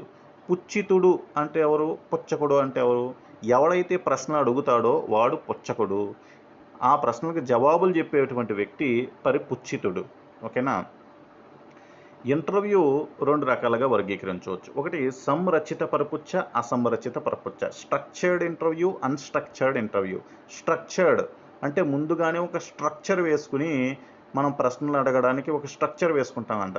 అంటే ఒక పేపర్ మీద కొన్ని క్వశ్చన్స్ రాసుకుని ఆ క్వశ్చన్స్ మాత్రమే ఇంటర్వ్యూలోకి వెళ్ళి ఈ యొక్క పరిపుచ్చితుడు ఎవరైతే ఉంటాడో ఆ పేపర్ పట్టుకుని మన పరిపుచ్చకుడు ఎవరైతే ఉంటాడో పరిపుచ్చితుడిని ప్రశ్నించడం జరుగుతుందన్నమాట. అంటే స్ట్రక్చర్డ్ వేలో మనకి ఇంటర్వ్యూ జరుగుతుంది. నెక్స్ట్ అసంరచిత పరిపుచ్చ లేదా అన్స్ట్రక్చర్డ్ ఇంటర్వ్యూ అంటే ముందస్తు ప్రణాళిక ఏది వేసుకోడు. సో, జస్ట్ వాడికి మనసులో అనిపించినటువంటి విషయాలు వాడిని ఏదైతే అప్పటికప్పుడు ఏదైతే అడగాలనిపిస్తుందో అవన్నీ ప్రశ్నలు అడుగుతాడనమాట. సో, అంటే ఏ స్ట్రక్చర్ లేనిది అన్స్ట్రక్చర్డ్ ఇంటర్వ్యూ. ఒక నిర్దిష్టమైనటువంటి స్ట్రక్చర్ వేసుకుని మనం వెళ్తే దాన్ని స్ట్రక్చర్డ్ ఇంటర్వ్యూ అంటారు. మరి ఈ ఇంటర్వ్యూ వల్ల ఉపయోగాలు ఏంటంటే పరిపుచ్చితుడు ఎవరైతే ఉన్నాడో అంటే సమాధానం చెప్పేవాడు నిజాయితీలాగా సమాధానాలు చెప్తే విషయ సేకరణకు మంచి పద్ధతి. నిజాయితీగా ఉన్నదొన్నట్టు చెప్తే మంచి పద్ధతి. కానీ అలా చెప్పడు. ఎందుకంటే దీంట్లో విషయనిష్టత ఎక్కువగా ఉంటుంది, సబ్జెక్టివిటీ ఎక్కువగా ఉంటుంది. సో, సబ్జెక్టివిటీ వల్ల మనం కొన్ని విషయాలు దాసేస్తాం. సో, కాబట్టి దీంట్లో పరిమితి ఏంటి, విషయనిష్టత ఎక్కువగా ఉంటుందని పరిమితి. నెక్స్ట్ ఉపయోగంలో వ్యక్తి యొక్క గత అనుభవాలు తెలుసుకోవడానికి అనువైన పద్ధతి. వాళ్ళ యొక్క గత అనుభవాలు మనం పరిశీలన ద్వారా మనం తెలుసుకోలేం కదా. పరిశీలన ద్వారా జస్ట్ అప్పుడు ఎలా ప్రవర్తిస్తున్నాడు అనేటువంటి విషయాన్ని మనం తెలుసుకోవచ్చు అబ్జర్వేషన్ ద్వారా. బట్ వాడి యొక్క గత అనుభవాలు తెలుసుకుంటే ఖచ్చితంగా వాడిని అడగాలి. సో, వాడిని అడగాలంటే పరిపుచ్ఛ చేయాలి. సో, కాబట్టి గత అనుభవాలు తెలుసుకోవడానికి అనువైన పద్ధతి. పరిశీలన ద్వారా మనం గమనించలేని అంతర్గత అంశాలు, ప్రవర్తన అంశాల గురించి తెలుసుకోవచ్చు. ఇంకా పరిమితుల్లో విషయనిష్టత ఎక్కువగా ఉంటుంది. ఓకే. నెక్స్ట్ సామరస్య వాతావరణం ఏర్పడినప్పుడు భయం వల్ల కొన్ని విషయాలు చెప్పకపోవచ్చు. సో, సామరస్య వాతావరణం ఏర్పడినప్పుడు ఒకవేళ ఆ పరిపుచ్చితుడికి మధ్య సామరస్య వాతావరణం ఏర్పడకపోతే ఒక ఫ్రెండ్లీ ఎన్విరాన్మెంట్ ఏర్పడకపోయింది అనుకో, వీడు ఎవరికూడదు నా విషయాలని చెప్పేస్తాడు, కాబట్టి నేను ఏ విషయాలు వీడి దగ్గర చెప్పకూడదు అని చెప్పి భయంతో ఏ విషయం చెప్పడమాట. సో, ఇది పరిపుచ్చకు సంబంధించినటువంటి అంశాలు. నెక్స్ట్ మనకి పర్యావలోచన పత్రికలు. సో, పర్యావలోచన పత్రికలు అంటే ఏం లేదు, జస్ట్ బాలలు ఎవరైతే ఉంటారో వాళ్ళ యొక్క సొంత ఆలోచనలు లేదా ఉపాధ్యాయుడు పరిశీలించినటువంటి అంశాలు నమోదు చేసేందుకు ఉపయోగించుకునే ఒక పుస్తకం మాట అది. సో, అంటే వాళ్ళ యొక్క సొంతంగా కలిగినటువంటి ఆలోచనలన్నీ కూడా అక్కడ నోట్ చేసుకుంటారన్నమాట. సో, ఇలాగా వాళ్ళ ఆలోచనలు, వాళ్ళ యొక్క భావాలు, అభ్యాసనాన్ని ఇవన్నీ కూడా నోట్ చేసుకోవడం ద్వారా వాడు యొక్క స్వీయ మూల్యాంకనం చేసుకోవచ్చు. సో, అంటే నాకేం తెలుసు, నాకేం తెలియదు, సో నేను దేంట్లో వెనుకబడి ఉన్నాను, నేను ఎలా ఆలోచిస్తున్నాను, సో అనేటువంటి స్వీయ మూల్యాంకనం చేసుకోవడానికి అవకాశం ఉంటుంది. లేదా అతను యొక్క మనకి ఈ యొక్క రిఫ్లెక్టివ్ జర్నల్స్ ఉన్నాయి కదా, ఈ రిఫ్లెక్టివ్ జర్నల్స్ని ఉపాధ్యాయుడు పరిశీలించడం ద్వారా కూడా పిల్లల యొక్క జ్ఞాన నిర్మాణం ఎలా ఉంది, అతను ఎలా ప్రతిస్పందిస్తున్నాడు, ఎలా అర్థం చేసుకుంటున్నాడు ఒక విషయాన్ని అనేది తెలుసుకుని వాడి యొక్క నాలెడ్జ్ కన్స్ట్రక్షన్కి మనం తోడ్పడవచ్చు. నెక్స్ట్ సంఘటన రచనాత్మక పద్ధతి. సంఘటన అంటే ఒకానొక సంఘటనలో ఒక విద్యార్థి ఎలా ప్రవర్తిస్తున్నాడు అని మనకి తెలియపరిచేదే మనకి సంఘటన రచనాత్మక పద్ధతి. సో ముఖ్యంగా ఏంటంటే ఈ పద్ధతిలో బాలల ప్రత్యేక ప్రవర్తనలను సంఘటనలను పరిశీలించడానికి ఒక ప్రణాళిక రూపొందిస్తారన్నమాట. సో ఫర్ ఎగ్జాంపుల్ పిల్లలు దెబ్బలాడుకోవడం. సో దెబ్బలాడుకున్నప్పుడు మనం ఏం చేస్తామంటే ఒక చాటుగా వాళ్ళు ఎలా దెబ్బలాడుకుంటున్నారు, ఆ దెబ్బలాటలో ఎటువంటి భాష ఉపయోగిస్తున్నారు, ఎవరు బాగా కోపంగా ఉన్నారు, ఎవరు ఆ దెబ్బలాటని శాంతపరచడానికి ట్రై చేస్తున్నారు, సో ఎలా ప్రవర్తిస్తున్నాడు పిల్లవాడు అని చెప్పి ఒక సంఘటనలో పిల్లవాడు ఎలా ప్రవర్తిస్తున్నాడు అని చెప్పి మనం రచిస్తే, మన సొంత అభిప్రాయాలు కాకుండా అక్కడ ఏం జరుగుతుందో యాజ్ ఇట్ ఈజ్ అదే రచిస్తే దాన్ని సంఘటన రచనాత్మక పద్ధతి అంటాం. నెక్స్ట్ నెరేటివ్స్, వర్ణనాలు, కథనాలు అంటాం. నెక్స్ట్ ఏంటంటే సో వర్ణనలు, కథనాలు అంటే చాలా సింపుల్. ఏంటంటే ఇప్పుడు సంఘటన రచనాత్మక పద్ధతిలో ఏం చేస్తారు, ఓ సంఘటన బట్టి ఆ సంఘటనలో విద్యార్థి ఎలా ప్రవర్తిస్తున్నాడు అనే దాన్ని మాత్రమే మనం నమోదు చేస్తాం. కానీ ఇక్కడ వర్ణనలు, కథనాల్లో మొత్తం అసలు పిల్లలు ఏం చేస్తున్నారు, తరగతి గదిలో ఏం చేస్తున్నారు, బయట ఏం చేస్తున్నారు, ఎలా పాల్గొంటున్నారు, ఇతర పిల్లలతో ఎలా ఉంటున్నారు, సో మొత్తం అంతా కూడా నమోదు చేస్తాం అన్నమాట. సో నమోదు చేసి వాళ్ళ ప్రవర్తనను అంచనా వేస్తాం. ఉపయోగాలు ఏంటంటే పిల్లల ప్రవర్తనాంశాలకు చెందినటువంటి సమగ్ర సమాచార సేకరణ అనేది మనం చేస్తాం. ఒకే ప్రత్యేక ప్రవర్తనకు పరిమితం కాకుండా అన్ని రకాల ప్రవర్తనలు నమోదు చేస్తాం. ఇప్పుడు సంఘటన రచనాత్మక పద్ధతుల్లో కేవలం ఒకే ప్రత్యేక ప్రవర్తనకు పరిమితం అవుతున్నాం, కానీ ఇక్కడ మొత్తం అన్నీ పరిశీలిస్తాం కాబట్టి అన్ని రకాల ప్రవర్తనాంశాలను మనం అధ్యయనం చేస్తాం. ప్రవర్తనాంశంతో పాటు దానికి దారితీసిన పరిస్థితులు కూడా మనం ఇక్కడ నమోదు చేసుకోవచ్చు. మరి పరిమితులు ఏంటి? సో ఇలా మొత్తంగా పరిశీలించాలంటే చాలా ఎక్కువ సమయం పడుతుంది, చాలా ఓపిక ఉండాలి. కాబట్టి అందరు పిల్లల్ని గమనించడం కష్టం. ఏదో సమస్యాత్మకమైనటువంటి ఒక పిల్లవాడిని గమనించవచ్చు అన్ని సందర్భాల్లో. అందరు పిల్లల్ని గమనించాలంటే చాలా సోర్స్ కావాలి, మనకి వ్యక్తులు కావాలి. అలాగే ఎక్కువ కాలం కూడా పడుతుంది అన్ని రకాలుగా మనం పరిశీలించాలి కాబట్టి. సో నెక్స్ట్ ప్రయోగ పద్ధతి. ఈ ప్రయోగ పద్ధతి అంటే మనకి ఇప్పటి వరకు చూసినటువంటి పద్ధతులన్నిటిలో కంటే అత్యంత శాస్త్రీయమైన, అత్యంత వస్తునిష్టత గల పద్ధతి అండి. సో ఇంటర్వ్యూ చూసాం, వ్యక్తినిష్టత, విషయనిష్టత ఎక్కువగా ఉంది అక్కడ. కానీ ఇక్కడ ప్రయోగంలో అటువంటి బాధ ఉండదు. ఇక్కడ వస్తునిష్టత గల పద్ధతి ఇది. సో మరి మొట్టమొదటి ప్రయోగశాలను, అసలు సైకాలజీలో మొట్టమొదటి ప్రయోగశాలను ఏర్పాటు చేసినటువంటి వ్యక్తి ఎవరంటే 1879లో విల్హెల్మ్ వూంట్ అనేటువంటి జర్మనీ దేశపు శాస్త్రవేత్త లిప్జిగ్ అనేటువంటి నగరంలో మొట్టమొదటి మనోవిజ్ఞాన శాస్త్రంలో మొట్టమొదటి ప్రయోగశాలను ఏర్పాటు చేశాడండి. ఎవరు? విల్హెల్మ్ వూంట్ అనేటువంటి జర్మనీ దేశపు శాస్త్రవేత్త 1879లో. సో ఈ మరి ప్రయోగ పద్ధతి మనోవిజ్ఞాన శాస్త్రం ఒక ప్రత్యేక శాస్త్రంగా అభివృద్ధి చెందడానికి దోహదం చేసింది. మనం ఆల్రెడీ చూసాం ప్రయోగ పద్ధతి అంటే, ప్రయోగం అంటే ఒక దృగ్విషయాన్ని లేదా ప్రవర్తనను నియంత్రిత పరిస్థితుల్లో అధ్యయనం చేయడమే. నియంత్రిత, ఒక కంట్రోల్డ్ ఎన్విరాన్మెంట్లో అధ్యయనం చేయడం అన్నమాట. సో దీంట్లో 2 పదాలు ఉంటాయి. సో ప్రయోగ పద్ధతిలో ఉపయోగించే పదాలు ఏంటంటే ప్రయోక్త, ప్రయోజ్యుడు, చరం. సో వీటి గురించి తెలియాలి. ప్రయోక్త అంటే ఎవరు? ప్రయోగం చేసే వ్యక్తి ఎవరైతే ఉంటాడో అప్పుడు కోహిలర్ ప్రయోక్త, అలాగే మన పావులో ప్రయోక్త. సో వీళ్ళందరూ కూడా ప్రయోక్తలు అన్నమాట. ప్రయోక్త చరాలను నియంత్రిస్తాడు కదా. సో ప్రయోక్త చేతిలోనే చరాలు ఉంటాయి, ఆ చరాలను నియంత్రిస్తాడు. మరి ప్రయోజ్యుడు అంటే ఎవరు? ప్రయోగ ప్రభావానికి గురి కాబడే వారిని ప్రయోజ్యుడు. సో సింపాంజీ ఒక ప్రయోజ్యుడు, కుక్క ఒక ప్రయోజ్యుడు. సో అలా వీళ్ళందరూ కూడా ప్రయోజ్యుడు. సో ప్రయోగంలో ప్రయోక్త ఎవరి ప్రవర్తనపై స్వతంత్ర చరం ప్రభావాన్ని అధ్యయనం చేస్తారో వారినే ప్రయోజ్యులు అంటారండి. అంటే ప్రయోగం చేసేటప్పుడు ప్రయోక్త ఎవరి ప్రవర్తనపై స్వతంత్ర చరం ప్రభావాన్ని అధ్యయనం చేస్తాడో వారినే ప్రయోజ్యులు అంటాం. మరి చరం అంటే ఏంటి? ప్రయోగంలో మార్పును పొందే లేదా మార్పును కారణమయ్యే లేదా మార్పునకు గురయ్యే అంశాన్ని మనం చరం అంటాం. ఇప్పుడు ఏదైతే ప్రయోగం చేస్తున్నామో ఆ ప్రయోగంలో కొన్నిసార్లు మార్పుకు గురవుతుంది, కొన్నిసార్లు మార్పును పొందుతుంది, లేదా మార్పుకే కారణమవుతుంది. దాన్నే చరం అంటాం. ఈ చరాలు 3 రకాలు: స్వతంత్ర చరం, పరతంత్ర చరం, జోక్య చరం. సో ఫస్ట్ ఆఫ్ ఆల్ స్వతంత్ర చరం అంటే ప్రయోగం చేసే సమయంలో ప్రయోక్త తన ప్రయోగానికి అనుగుణంగా మార్చే చరాన్ని స్వతంత్ర చరం అంటారు. ఇది ఎవరి చేతుల్లో ఉంటుంది? ప్రయోక్త చేతుల్లో ఉంటుందండి. ఎవరైతే ప్రయోగం చేస్తాడో ఆ ప్రయోక్త చేతుల్లో ఉంటుంది. ప్రయోగంలో స్వతంత్ర చరం కారణం పాత్ర పోషిస్తుంది. సో అంటే ప్రయోగం చేసేటప్పుడు కారణం పాత్ర పోషించేది స్వతంత్ర చరం. అంటే పిల్లలు అధ్యయనం ఏదైతే ఉందో, పిల్లలు విద్యా వికాసంలో కంప్యూటర్ల పాత్రను మనం అధ్యయనం చేయాలంటే, పరిశోధించాలంటే, ఇప్పుడు పిల్లలు బాగా అభ్యసిస్తున్నారు, అభ్యసించడానికి కంప్యూటర్ పాత్ర ఎలా ఉంది అని మనం చూడాలంటే, ఇక్కడ కంప్యూటర్ పాత్ర అనేది ఏంటవుతుంది? స్వతంత్ర చరం అవుతుందన్నమాట. సో ప్రయోక్త ఏం చేస్తున్నాడు? ప్రయోగం చేయదలసినటువంటి వ్యక్తి, ఓకే ఈరోజు మన ప్రొజెక్టర్తో కంప్యూటర్ ఉపయోగించి బోధిద్దాం అని ఒక ఒక బోధన అనేది, ఒక పరిశోధన అనేది చేస్తున్నాడు. ఓకే, ఆ పరిశోధన అయిన తర్వాత పిల్లలు చాలా బాగా చదవడం ప్రారంభించారు. సో అంటే ఆ చాలా బాగా చదవడానికి గల కారణం ఏంటి? ఆ కంప్యూటరే కదా. సో అంటే కంప్యూటర్ అనేది కారణం పాత్ర పోషిస్తుందంటే అది ఏమవుతుంది? స్వతంత్ర చరం అవుతుందన్నమాట. ఇది ఎవరి చేతుల్లో ఉంది? ప్రయోక్త చేతుల్లో ఉంది.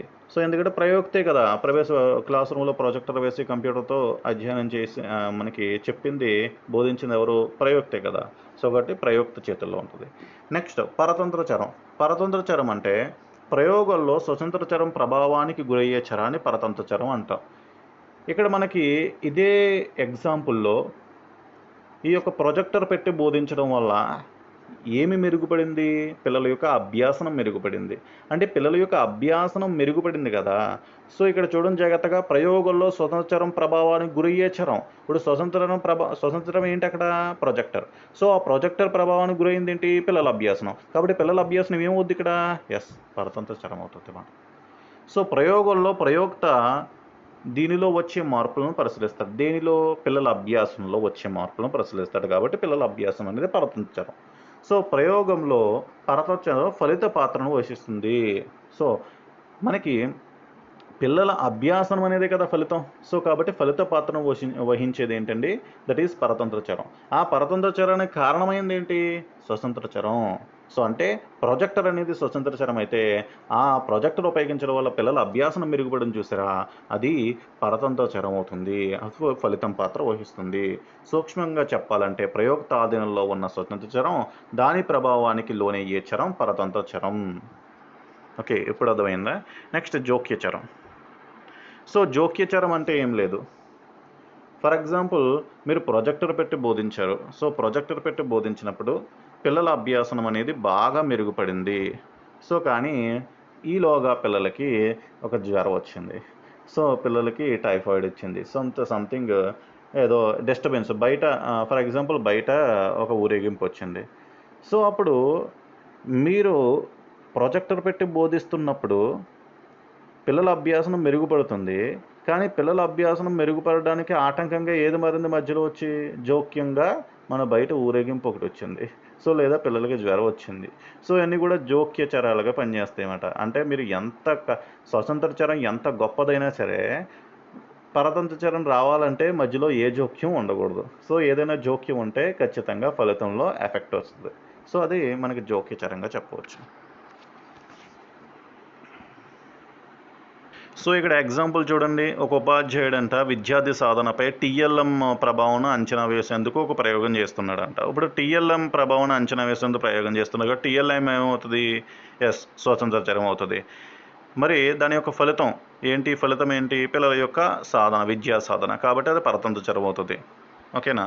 నెక్స్ట్ ఎగ్జాంపుల్ చూడండి, విద్యార్థి చురుకుదనంపై గ్లూకోజ్ యొక్క ప్రభావాన్ని అధ్యయనం వేసే ప్రయోగంలో విద్యార్థి చురుకుదనం ఏమవుతుంది?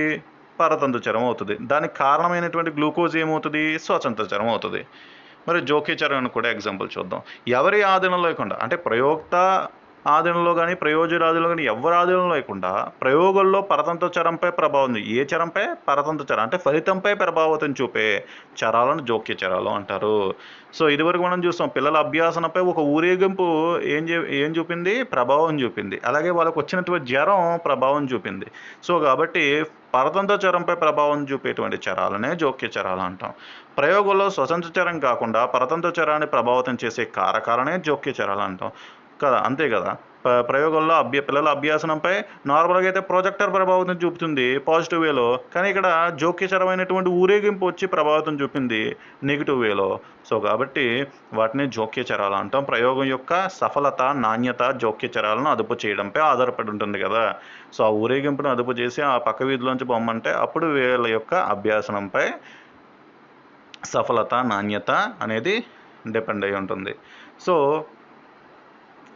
ప్రయోజ్యుల మానసిక స్థితి, ఆరోగ్యం, అలసట, పరికరాల వైఫల్యం ఇవన్నీ కూడా ఫర్ ఎగ్జాంపుల్ ఊరేగింపు అక్కర్లేదు, మీరు ప్రాజెక్టర్ వేసారు, ఆ ప్రాజెక్టర్లో సరిగ్గా పనిచేయట్లేదు అది, సో సరిగ్గా పనిచేయకుండా మధ్య మధ్యలో ఆగిపోతుందంటే సో ఖచ్చితంగా అది ఒక జోక్యచరమే కదా, మనకి పరికరాల వైఫల్యం కింద భావించవచ్చు దాన్ని. సో ఇవన్నీ కూడా మనకి ఎగ్జాంపుల్స్. నెక్స్ట్ ప్రయోగ పద్ధతిలో పరిశోధకుడు లేదా ఉపాధ్యాయుడు ఒక క్రమాన్ని అనుసరించాల్సి ఉంటుందండి. స్థూలంగా క్రమం క్రింది విధంగా ఉంటుంది. ఆల్రెడీ మనం డిస్కస్ చేస్తాం. ఫస్ట్ సమస్యను గుర్తించాలి, సమస్యను నిర్వచించాలి, తర్వాత పరికల్పనను ఏర్పరచుకోవాలి, వాటికి అనుగుణంగా డేటాని సేకరించాలి, ఆ డేటాని మనకి సంఖ్యాత్మకంగా సాంఖ్యక పరంగా స్టాటిస్టిక్స్ను ఉపయోగించి విశ్లేషించాలి, నిర్ధారణలను రాబట్టాలి, పరికల్పనను ఆమోదించడం లేదా పై క్రమాన్ని పరికల్పనను ఆమోదించాలి. సో ఇలా మొత్తం అన్నిటినీ మనం శాస్త్రీయ పద్ధతి అంటమాట. దీన్నే పరిశోధన అని కూడా అంటాం. ఇది ఆల్రెడీ మనం డిస్కస్ చేసింది. సో నెక్స్ట్ ఏంటంటే సమూహాలు. ప్రయోగంలో సాధారణంగా 2 సమూహాలు ఉంటాయి. ఒకటి నియంత్రిత సమూహం, రెండోది ప్రయోగ సమూహం. సో ఎటువంటి ప్రయోగ పరిస్థితులకు గురికాని సమూహాన్ని నియంత్రిత సమూహం అంటారు. అంటే వాళ్ళ నియంత్రణలో వాళ్ళు ఉంటారు. సో ఇక్కడ నియంత్రిత సమూహం అంటే మరలా ప్రయోక్త నియంత్రిస్తాడు అనుకోకండి. సో వాళ్ళ నియంత్రణలో వాళ్ళు ఉంటారన్నమాట. ఎటువంటి ప్రయోగ పరిస్థితులకు గురికారు వాళ్ళు. సో అటువంటి వాళ్ళని నియంత్రిత సమూహం అంటారు. నియంత్రిత సమూహంలో ఉండే స్థితిని నియంత్రిత స్థితి అంటారు. ఇదే సహజ స్థితి అన్నమాట. అంటే సహజ స్థితి, నువ్వు ఏ ప్రయోగానికి గురి కాలేదు, నేను ఏ ప్రయోక్త ప్రభావితం చేయలేదు. సో అటువంటి స్థితి ఏదైతే ఉందో అదే దాన్ని నియంత్రిత స్థితి, అంటే నీ నియంత్రణలో నువ్వు ఉన్నావు. నెక్స్ట్ ప్రయోగ సమూహం అంటే ప్రయోక్త ప్రవేశపెట్టే ప్రయోగ స్థితికి లోనయ్యే సమూహాన్ని ప్రయోగ సమూహం అంటారన్నమాట. అంటే ప్రయోగ సమూహంపై స్వతంత్ర చరం యొక్క ప్రభావాన్ని ప్రయోగంలో అంచనా వేస్తారు. స్వతంత్ర చరం అనేది కారణం పాత్ర పోషిస్తుంది. ఆ కారణం యొక్క ఫలితమే మనకు పరతంత్ర చరం. ప్రయోగ సమూహం యొక్క స్థితిని ప్రయోగ స్థితి అని అంటారు. సో ప్రయోగం చేసేటప్పుడు ప్రయోక్త తాను చేసే ప్రయోగాన్ని బట్టి అందులో వనరులు, ఇతర అంశాల ఆధారంగా ప్రయోగ నమూనాని ఎంచుకుంటాడండి. సో ఈ ప్రయోగ నమూనాలు ఏంటి అంటే ఏక సమూహ నమూనా, సమసమూహ నమూనా, భ్రమణ సమూహాల నమూనా, బహుళ సమూహాల నమూనా. ఒక్కొక్క దాని గురించి మనం ఇప్పుడు డిస్కస్ చేద్దాం. ఏక సమూహ నమూనా. ఏక సమూహ నమూనాల్లో ఒకే సమూహం ఉంటుంది. ఇప్పుడు ఫర్ ఎగ్జాంపుల్ 3rd క్లాస్ పిల్లలు ఉన్నారు. సో 3rd క్లాస్ పిల్లలు మాత్రమే ఉన్నారు, ఒక 10 మంది ఉన్నారు. ఆ 10 మంది సో ఫస్ట్ ఆఫ్ ఆల్ మనం ఏం చేస్తామంటే సహజంగా మనం సహజంగా వాళ్ళకి ఎలాగైతే రోజు బోధిస్తున్నామో అలాగే బోధించాం. సో బోధించి ఫస్ట్ పూర్వపరీక్ష నిర్వహించిన తర్వాత బోధించిన తర్వాత అంత్యపరీక్ష నిర్వహించాం. నెక్స్ట్ కృత్యాధార పద్ధతిలో బోధించడానికి ప్రయత్నించాం. నెక్స్ట్ టైం అగైన్ మళ్ళీ పూర్వపరీక్ష నిర్వహించాం. నెక్స్ట్ కృత్యాధార పద్ధతిలో బోధన చేసాం, అంత్యపరీక్ష నిర్వహించాం. అంటే ఇక్కడ ఒకే సమూహం ఉందా? ఆ 3rd క్లాస్ పిల్లలే 10 మందే ఫస్ట్ ఏమో నార్మల్ స్థితిలో ఉన్నారు, సహజ స్థితిలో, అంటే నియంత్రిత స్థితి, వాళ్ళ నియంత్రణలో వాళ్ళు ఉన్నారు. నెక్స్ట్ ఆ సమూహాన్ని, ఆ 10 మందినే ప్రయోగ స్థితిలో ప్రయోగం చేస్తాం. వాళ్ళ కృత్యాధార బోధన చేసి, అసలు కృత్యాధార బోధన అనేది విద్యార్థుల సాధనపై ఎటువంటి ప్రభావితం చూపుతుంది అనేది మన ప్రయోగం అన్నమాట. సో దాని ద్వారా ఒకే సమూహాన్ని అటు నియంత్రిత స్థితిలోను ఇటు ప్రయోగ స్థితిలోను 2 స్థితిలో ఒకే సమూహం అంటే దట్ ఈజ్ ఏక సమూహ నమూనా అంటాం. నెక్స్ట్ 2 సమూహాల లేక సమాంతర సమూహాల నమూనా. సో దీంట్లో నేమ్ని తగ్గట్టుగానే 2 సమూహాలు ఉంటాయి. అంటే 3rd క్లాస్లో ఏ సెక్షన్లో 10 మంది ఉన్నారు, బి సెక్షన్లో 10 మంది ఉన్నారు. ఈసారి ఏం చేసామంటే ఏ సెక్షన్లో 10 మందికి నార్మల్ వేలో బోధించాం, బి సెక్షన్లో 10 మందికి కృత్యాధార పద్ధతిలో బోధించాం. నార్మల్ వేలో బోధించినటువంటి వ్యక్తులు సాధన ఎలా ఉంది, కృత్యాధార పద్ధతిలో బోధించినటువంటి బి సెక్షన్ వ్యక్తుల యొక్క సాధన ఎలా ఉంది అని చూసాం. సో ఇది మనకి అంటే ఒక గ్రూపు నియంత్రిత స్థితి, ఒక గ్రూపు ప్రయోగ స్థితిలో మనం పెట్టాం. సో దాని ద్వారా మనం ప్రయోగం చేసాం. ఇది 2 సమూహాలు లేదా సమాంతర సమూహాల నమూనా. ఇక్కడ థర్డ్ క్లాస్‌లో ఏ సెక్షన్, బి సెక్షన్ యొక్క పిల్లల యొక్క ప్రజ్ఞా స్థాయి ఇవన్నీ కూడా లింగం ఇవన్నీ కూడా ఒకే రకంగా ఉండాలి మనం ఇలా చేసినప్పుడు. ఎందుకంటే అప్పుడే కదా ప్రయోగం యొక్క ఫలితం ఖచ్చితంగా తెలుస్తుంది. లేదంటే ఇప్పుడు for example third class A section తీసుకొని 10th క్లాస్ బి సెక్షన్ తీసుకున్నాం అనుకో, సో అప్పుడు ఎలా అర్థమవుతుంది మనకి? అర్థం కాదు కదా. సో ప్రయోగం యొక్క ఫలితం అర్థం కాదు. ఎందుకంటే జోక్యచరాల యొక్క ప్రభావం ఎక్కువైపోద్ది అక్కడ. సో కాబట్టి same gender, same age group, same ప్రజ్ఞాస్థాయి తీసుకోవాలన్నమాట 2 సమూహాలు. ఓకేనా. నెక్స్ట్ మనకి భ్రమణ సమూహాల నమూనా. సో భ్రమణ సమూహాల నమూనాలో భ్రమణం అంటే అటువైపు ఉన్న వాళ్ళు ఇటువైపు, ఇటువైపు ఉన్న వాళ్ళు అటువైపు వెళ్ళడం కదా. సో అంటే సేమ్ ఇక్కడ కూడా 2 సమూహాలు ఉంటాయి. 2 సమూహాలు ఉంటాయి. అంటే third class A section, third class B section అనుకోండి. So first third class A సెక్షన్కి సాధారణ పద్ధతిలోనే బోధించాం. నెక్స్ట్ మనకి తర్వాత థర్డ్ క్లాస్ బి సెక్షన్కి కృత్యాధార పద్ధతిలో బోధించాం. సో అంటే ఇది నార్మల్ నియంత్రిత స్థితిలోనూ, ఇది ప్రయోగ స్థితిలోనూ మనకు కల్పించాం. సో నెక్స్ట్ ఈ థర్డ్ క్లాస్ బి సెక్షన్ని నియంత్రిత స్థితిలోను, థర్డ్ క్లాస్ ఏ సెక్షన్ని ప్రయోగ స్థితిలోను. సో అంటే ఈసారి థర్డ్ క్లాస్ ఏ సెక్షన్ని మనం ప్రయోగం చేసామన్నమాట. థర్డ్ క్లాస్ బి సెక్షన్ని నార్మల్ స్థితిలో పెట్టాం. సో అలా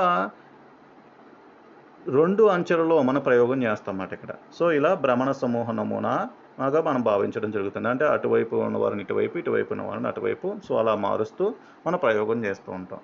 సో ఫర్ ఎగ్జాంపుల్ ఇక్కడ చూస్తే విద్యార్థి చురుకుదనంపై గ్లూకోజ్ ప్రభావం.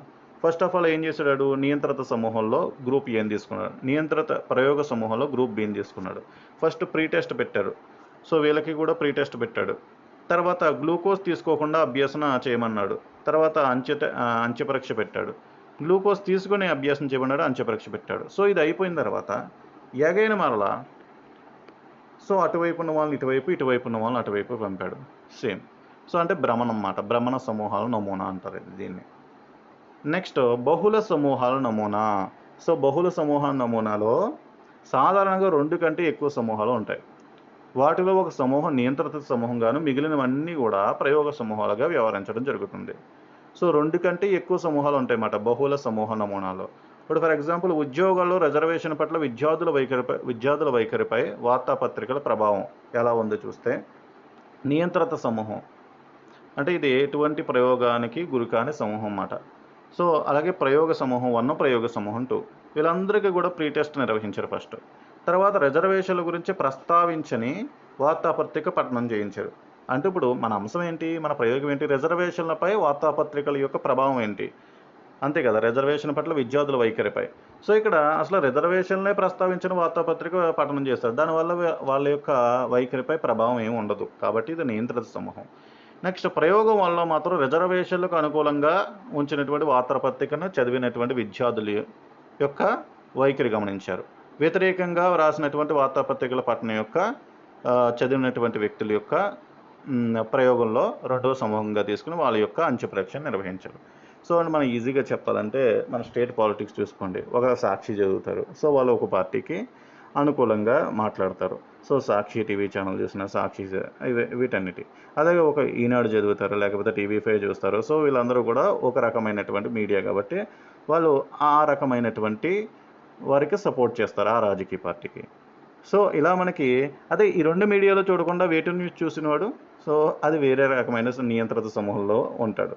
సో అలా మనం చెప్పుకోవచ్చు అన్నమాట బహుళ సమూహ నమూనా. మరి ఈ ప్రయోగ పద్ధతి ప్రయోజనాలు ఏంటంటే, ఇది చాలా శాస్త్రీయమైన పద్ధతి, విశ్వసనీయత కూడా ఎక్కువగా ఉంటుంది, కార్యాకరణ సంబంధాలు నెలకొల్పవచ్చు, అలాగే వస్తునిష్టత ఎక్కువగా ఉంటుంది. మనకి ఇంటర్వ్యూలాగా విషయనిష్టత, వ్యక్తినిష్టత కాకుండా ఇక్కడ వస్తునిష్టత. ఎవరైతే ప్రయోగం చేస్తాడో ప్రయోక్త, ఆ ప్రయోక్త యొక్క ప్రభావం ఎక్కువగా ఉంటుంది. నెక్స్ట్ ఉపాధ్యాయుడు తమ బోధన పద్ధతులను పరీక్షించుకొని మెరుగుపరుచుకోవచ్చు. నెక్స్ట్ పరిమితులు ఏంటి? జోక్యచరాలను అదుపు చేయడం చాలా కష్టతరమైన అంశం కదా. సో మనం చూసాం జోక్యచరాలు ప్రయోగాన్ని ఎంతలా ప్రభావితం చేస్తాయి, వాటిని అదుపు చేయడం చాలా కష్టం. అలాగే అన్ని రకాల ప్రవర్తనలను మనం ప్రయోగశాలలో ప్రవేశపెట్టి పరిశీలించలేము. కొన్ని ప్రయోగాలను జంతువులపై, పక్షులపై నిర్వహించి వాటిని మానవ ప్రవర్తనకు అన్వయిస్తారు. సో చాలామంది మన ప్రవర్తనవాదులందరూ కూడా అదే పని చేస్తారు. సో ఇది ఎంతవరకు సమంజసమో తెలుసుకోవాలి. ఈ పద్ధతిలో చాలా డబ్బు, సమయం ఇవన్నీ పరికరాలు గట్ట కొనాలి, సమయం ఇవన్నీ కూడా అవసరం అన్నమాట. సో ఇవన్నీ కూడా పరిమితులు. నెక్స్ట్ ప్రశ్నావళి. సో క్వశ్చనీర్ అంటాం కదా. సో అంటే మూర్తిమత్వ అంచనా పరీక్షలలో మిక్కిలి తరచుగా ఉపయోగించేటువంటి పద్ధతిని మనం ప్రశ్నావళి అంటాం. సో గుడ్ అండ్ హర్ట్ ప్రకారం ప్రశ్నలతో రూపొందించినటువంటి పత్రాన్ని ప్రయోజనిచే స్వయంగా పూర్తి చేయించడం ద్వారా సమాధానం రాబట్టే సాధనమే ప్రశ్నావళి అంటన్నమాట. గుడ్ అండ్ హర్ట్ ఏమన్నారు? ప్రశ్నలతో రూపొందించినటువంటి పత్రాన్ని ప్రయోజనిచే స్వయంగా పూర్తి చేయించడం ద్వారా సమాధానం రాబట్టేటువంటి సాధనమే ప్రశ్నావళి. సో ప్రశ్నావళిలో ఏముంటాయి? ప్రశ్నలు ఉంటాయన్నమాట. ఆ ప్రశ్నల ద్వారా మనం ఏం చేస్తాం? ఆ యొక్క ప్రయోజనిచే స్వయంగా తన యొక్క మూర్తిమత్వాన్ని తెలుసుకునేటువంటి ప్రయత్నం చేస్తాం. సో ప్రశ్నావళి ద్వారా అనేక రకాల అంశాలైనటువంటి చెందినటువంటి ప్రశ్నలు సమాధానాలు సేకరించి విశ్లేషించడం ద్వారా మూర్తిమత్వాన్ని అంచనా వేస్తారు. సాధారణంగా ప్రతి ప్రశ్నకు ఎదురుగా అవును, చెప్పను, కాదు వంటి ప్రత్యామ్నాయాలు ఉంటాయన్నమాట. సో ప్రశ్నావళిలో 2 రకాలు: నిర్ధారిత ప్రశ్నావళి, స్వేచ్ఛాపూరిత ప్రశ్నావళి. సో ఇక్కడ నిర్ధారిత ప్రశ్నావళి అంటే ప్రశ్నకు ఎదురుగా ఇవ్వబడిన ప్రత్యామ్నాయాల్లో ఒకటి తప్పనిసరిగా ఎన్నుకోవాల్సి ఉంటుంది. సో ఆప్షన్స్ ఉంటాయన్నమాట ఇక్కడ. సో ఆప్షన్స్ ఉండడం వల్ల నిర్ధారితంగా ఏదో ఒకటి ఎన్నుకోవాలి. అవునా, చెప్పలేనా, కాదా? నేను ఒంటరిగా పాఠశాలకు వెళ్ళడం అంటే భయం వేస్తుందా? ఎస్, అవును, చెప్పలేను, కాదు. సో ఈ మూడాట్లో ఏదో ఒకటి ఎన్నుకోవాల్సి ఉంటుంది. అది నిర్ధారిత ప్రశ్నావళి. అదే స్వేచ్ఛాపూరిత ప్రశ్నావళిలో ప్రశ్నల సమాధానాలు సొంతంగా రాసేందుకు అవకాశం ఉంటుంది. బ్లాంక్స్లా ఉంటాయన్నమాట ఇక్కడ. నాకు పాఠశాల అంటే భయం ఎందుకంటే అని చెప్పి ఎవరికి వాళ్ళకి ఇష్టం వచ్చిందో రాసుకోవచ్చు అన్నమాట. సో అది స్వేచ్ఛాపూరిత ప్రశ్నావళి. సో ఈ ప్రశ్నావళి ద్వారా తక్కువ సమయంలో ఎక్కువ మంది నుండి సమాధానాలు సేకరించవచ్చు. ఎందుకంటే వాళ్ళందరికీ కూడా ఈ ప్రశ్నావళి పత్రాలను పంచివేస్తే వాళ్ళు వ్యక్తపరుస్తారు కాబట్టి. దీని నిర్వహణ సులువుగా ఉంటుంది. దూరంగా ఉన్న వారిని పోస్ట్ చేసి కూడా, ఈమెయిల్ చేసి కూడా ప్రశ్నలను సమాధానాలు సేకరించవచ్చు. అయితే ప్రయోజ్యులు కొన్ని ప్రశ్నలకు సమాధానం రాయకుండా వదిలివేస్తూ ఉంటారు. సో కొంతమంది ఏం చేస్తారంటే కాంట్రవర్సీ ఎందుకని చెప్పి కొన్ని ప్రశ్నలకు సమాధానం రాయకుండా వదిలేస్తారు. సో సమాధానంలో వ్యక్తినిష్టత ఉండేటువంటి అవకాశం కూడా ఉంటుంది. ఇంటర్వ్యూలో కూడా మనకి ఏముంది? వ్యక్తినిష్టత ఎక్కువగా ఉంది. విషయనిష్టత, వ్యక్తినిష్టత ఇంటర్వ్యూలో కూడా ఎక్కువగా ఉంది. అంటే మనం చెప్పదలుచుకుంటే చెప్తాం, లేకపోతే చెప్పం. సో మన చేతుల్లో ఉంటుంది. అదే ప్రయోగంలో అనుకో మన చేతుల్లో ఉండదు. మనం ఏదైతే చెప్పమో అదే రాబట్టడానికి ట్రై చేస్తాడు ప్రయోగంలో. అందుకు ప్రయోగం అనేది వస్తునిష్టత ఉంటుంది. బట్ ఇక్కడ ప్రశ్నావళి కానీ లేకపోతే ఇంటర్వ్యూ కానీ ఇవన్నీ కూడా ఎలా ఉంటాయి? వ్యక్తినిష్టత లేదా విషయనిష్టత ఎక్కువగా ఉంటుంది. స్వేచ్ఛాపూరిత ప్రశ్నావళిలో సమాధానాలు విశ్లేషించడం కొంచెం కష్టమైన పని కదా. సో ఎందుకంటే ఒక్కొక్కడు ఒక్కొక్క ఆన్సర్ రాస్తాడు. సో అది చాలా కష్టమైన పని. సో ఈ ప్రశ్నావళికి ఉదాహరణ ఏంటంటే 16 ఫిఎఫ్ టెస్ట్. ఆర్బీ క్యాటిల్ మూర్తిమత్వాన్ని అంచనా వేయడానికి 16 ఫిఎఫ్ టెస్ట్ని రూపొందించాడు కదా. అది ప్రశ్నావళికి ఎగ్జాంపుల్గా చెప్పవచ్చు. నెక్స్ట్ వ్యక్తి చరిత్ర పద్ధతి. అంటే ఒక వ్యక్తిలోని వివిధ ముఖ్యాంశాలు నిశితంగా లోతుగా పరిశీలించి నమోదు చేసి విశ్లేషించి వ్యాఖ్యానించే పద్ధతినే వ్యక్తి చరిత్ర అధ్యయన పద్ధతి అన్నమాట. సో దీన్నే మనం చికిత్సా పద్ధతి అని కూడా అనొచ్చు. వ్యక్తి అధ్యయన పద్ధతినే చికిత్సా పద్ధతి అని కూడా అంటారు. సమస్యాపూరిత విద్యార్థికి సంబంధించిన సమగ్ర విచారణ జరిపి ఆ వ్యక్తి సమస్యకు నివారించేందుకు ఉపయోగపడే పద్ధతే వ్యక్తి చరిత్ర పద్ధతి అని చెప్పి బోనీ అండ్ హల్పిల్మ్యాన్ చెప్పాడండి.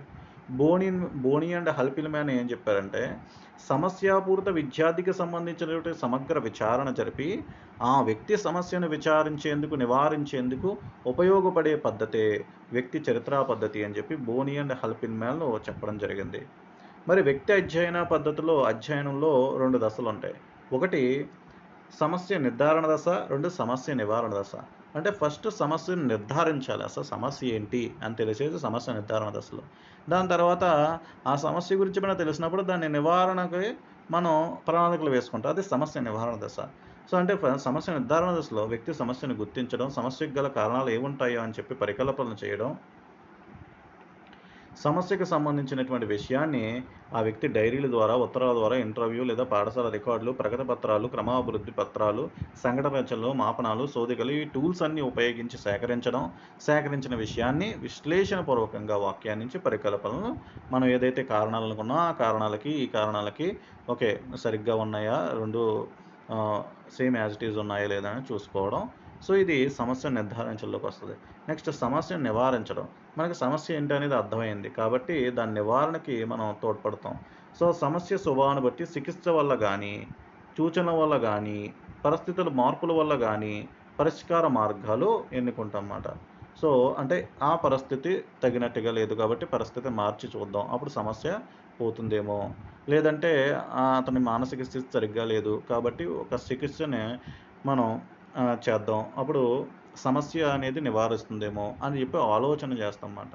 సో, సమస్య పరిష్కారానికి చేసిన నివారణోపాయాలు ఎంతవరకు సఫలమయ్యాలో గమనించడం, వ్యక్తి ప్రవర్తనలో వచ్చిన సక్రమైన మార్పులను గురించి అంతిమ అభిప్రాయాలు వ్యక్తపరచడం, పై అంశాలన్నిటిలో సమగ్రమైన రిపోర్టులను తయారు చేయడం, వ్యక్తి సమగ్ర పరిశీలన కిందకు మనకు రావడం జరుగుతుందండి.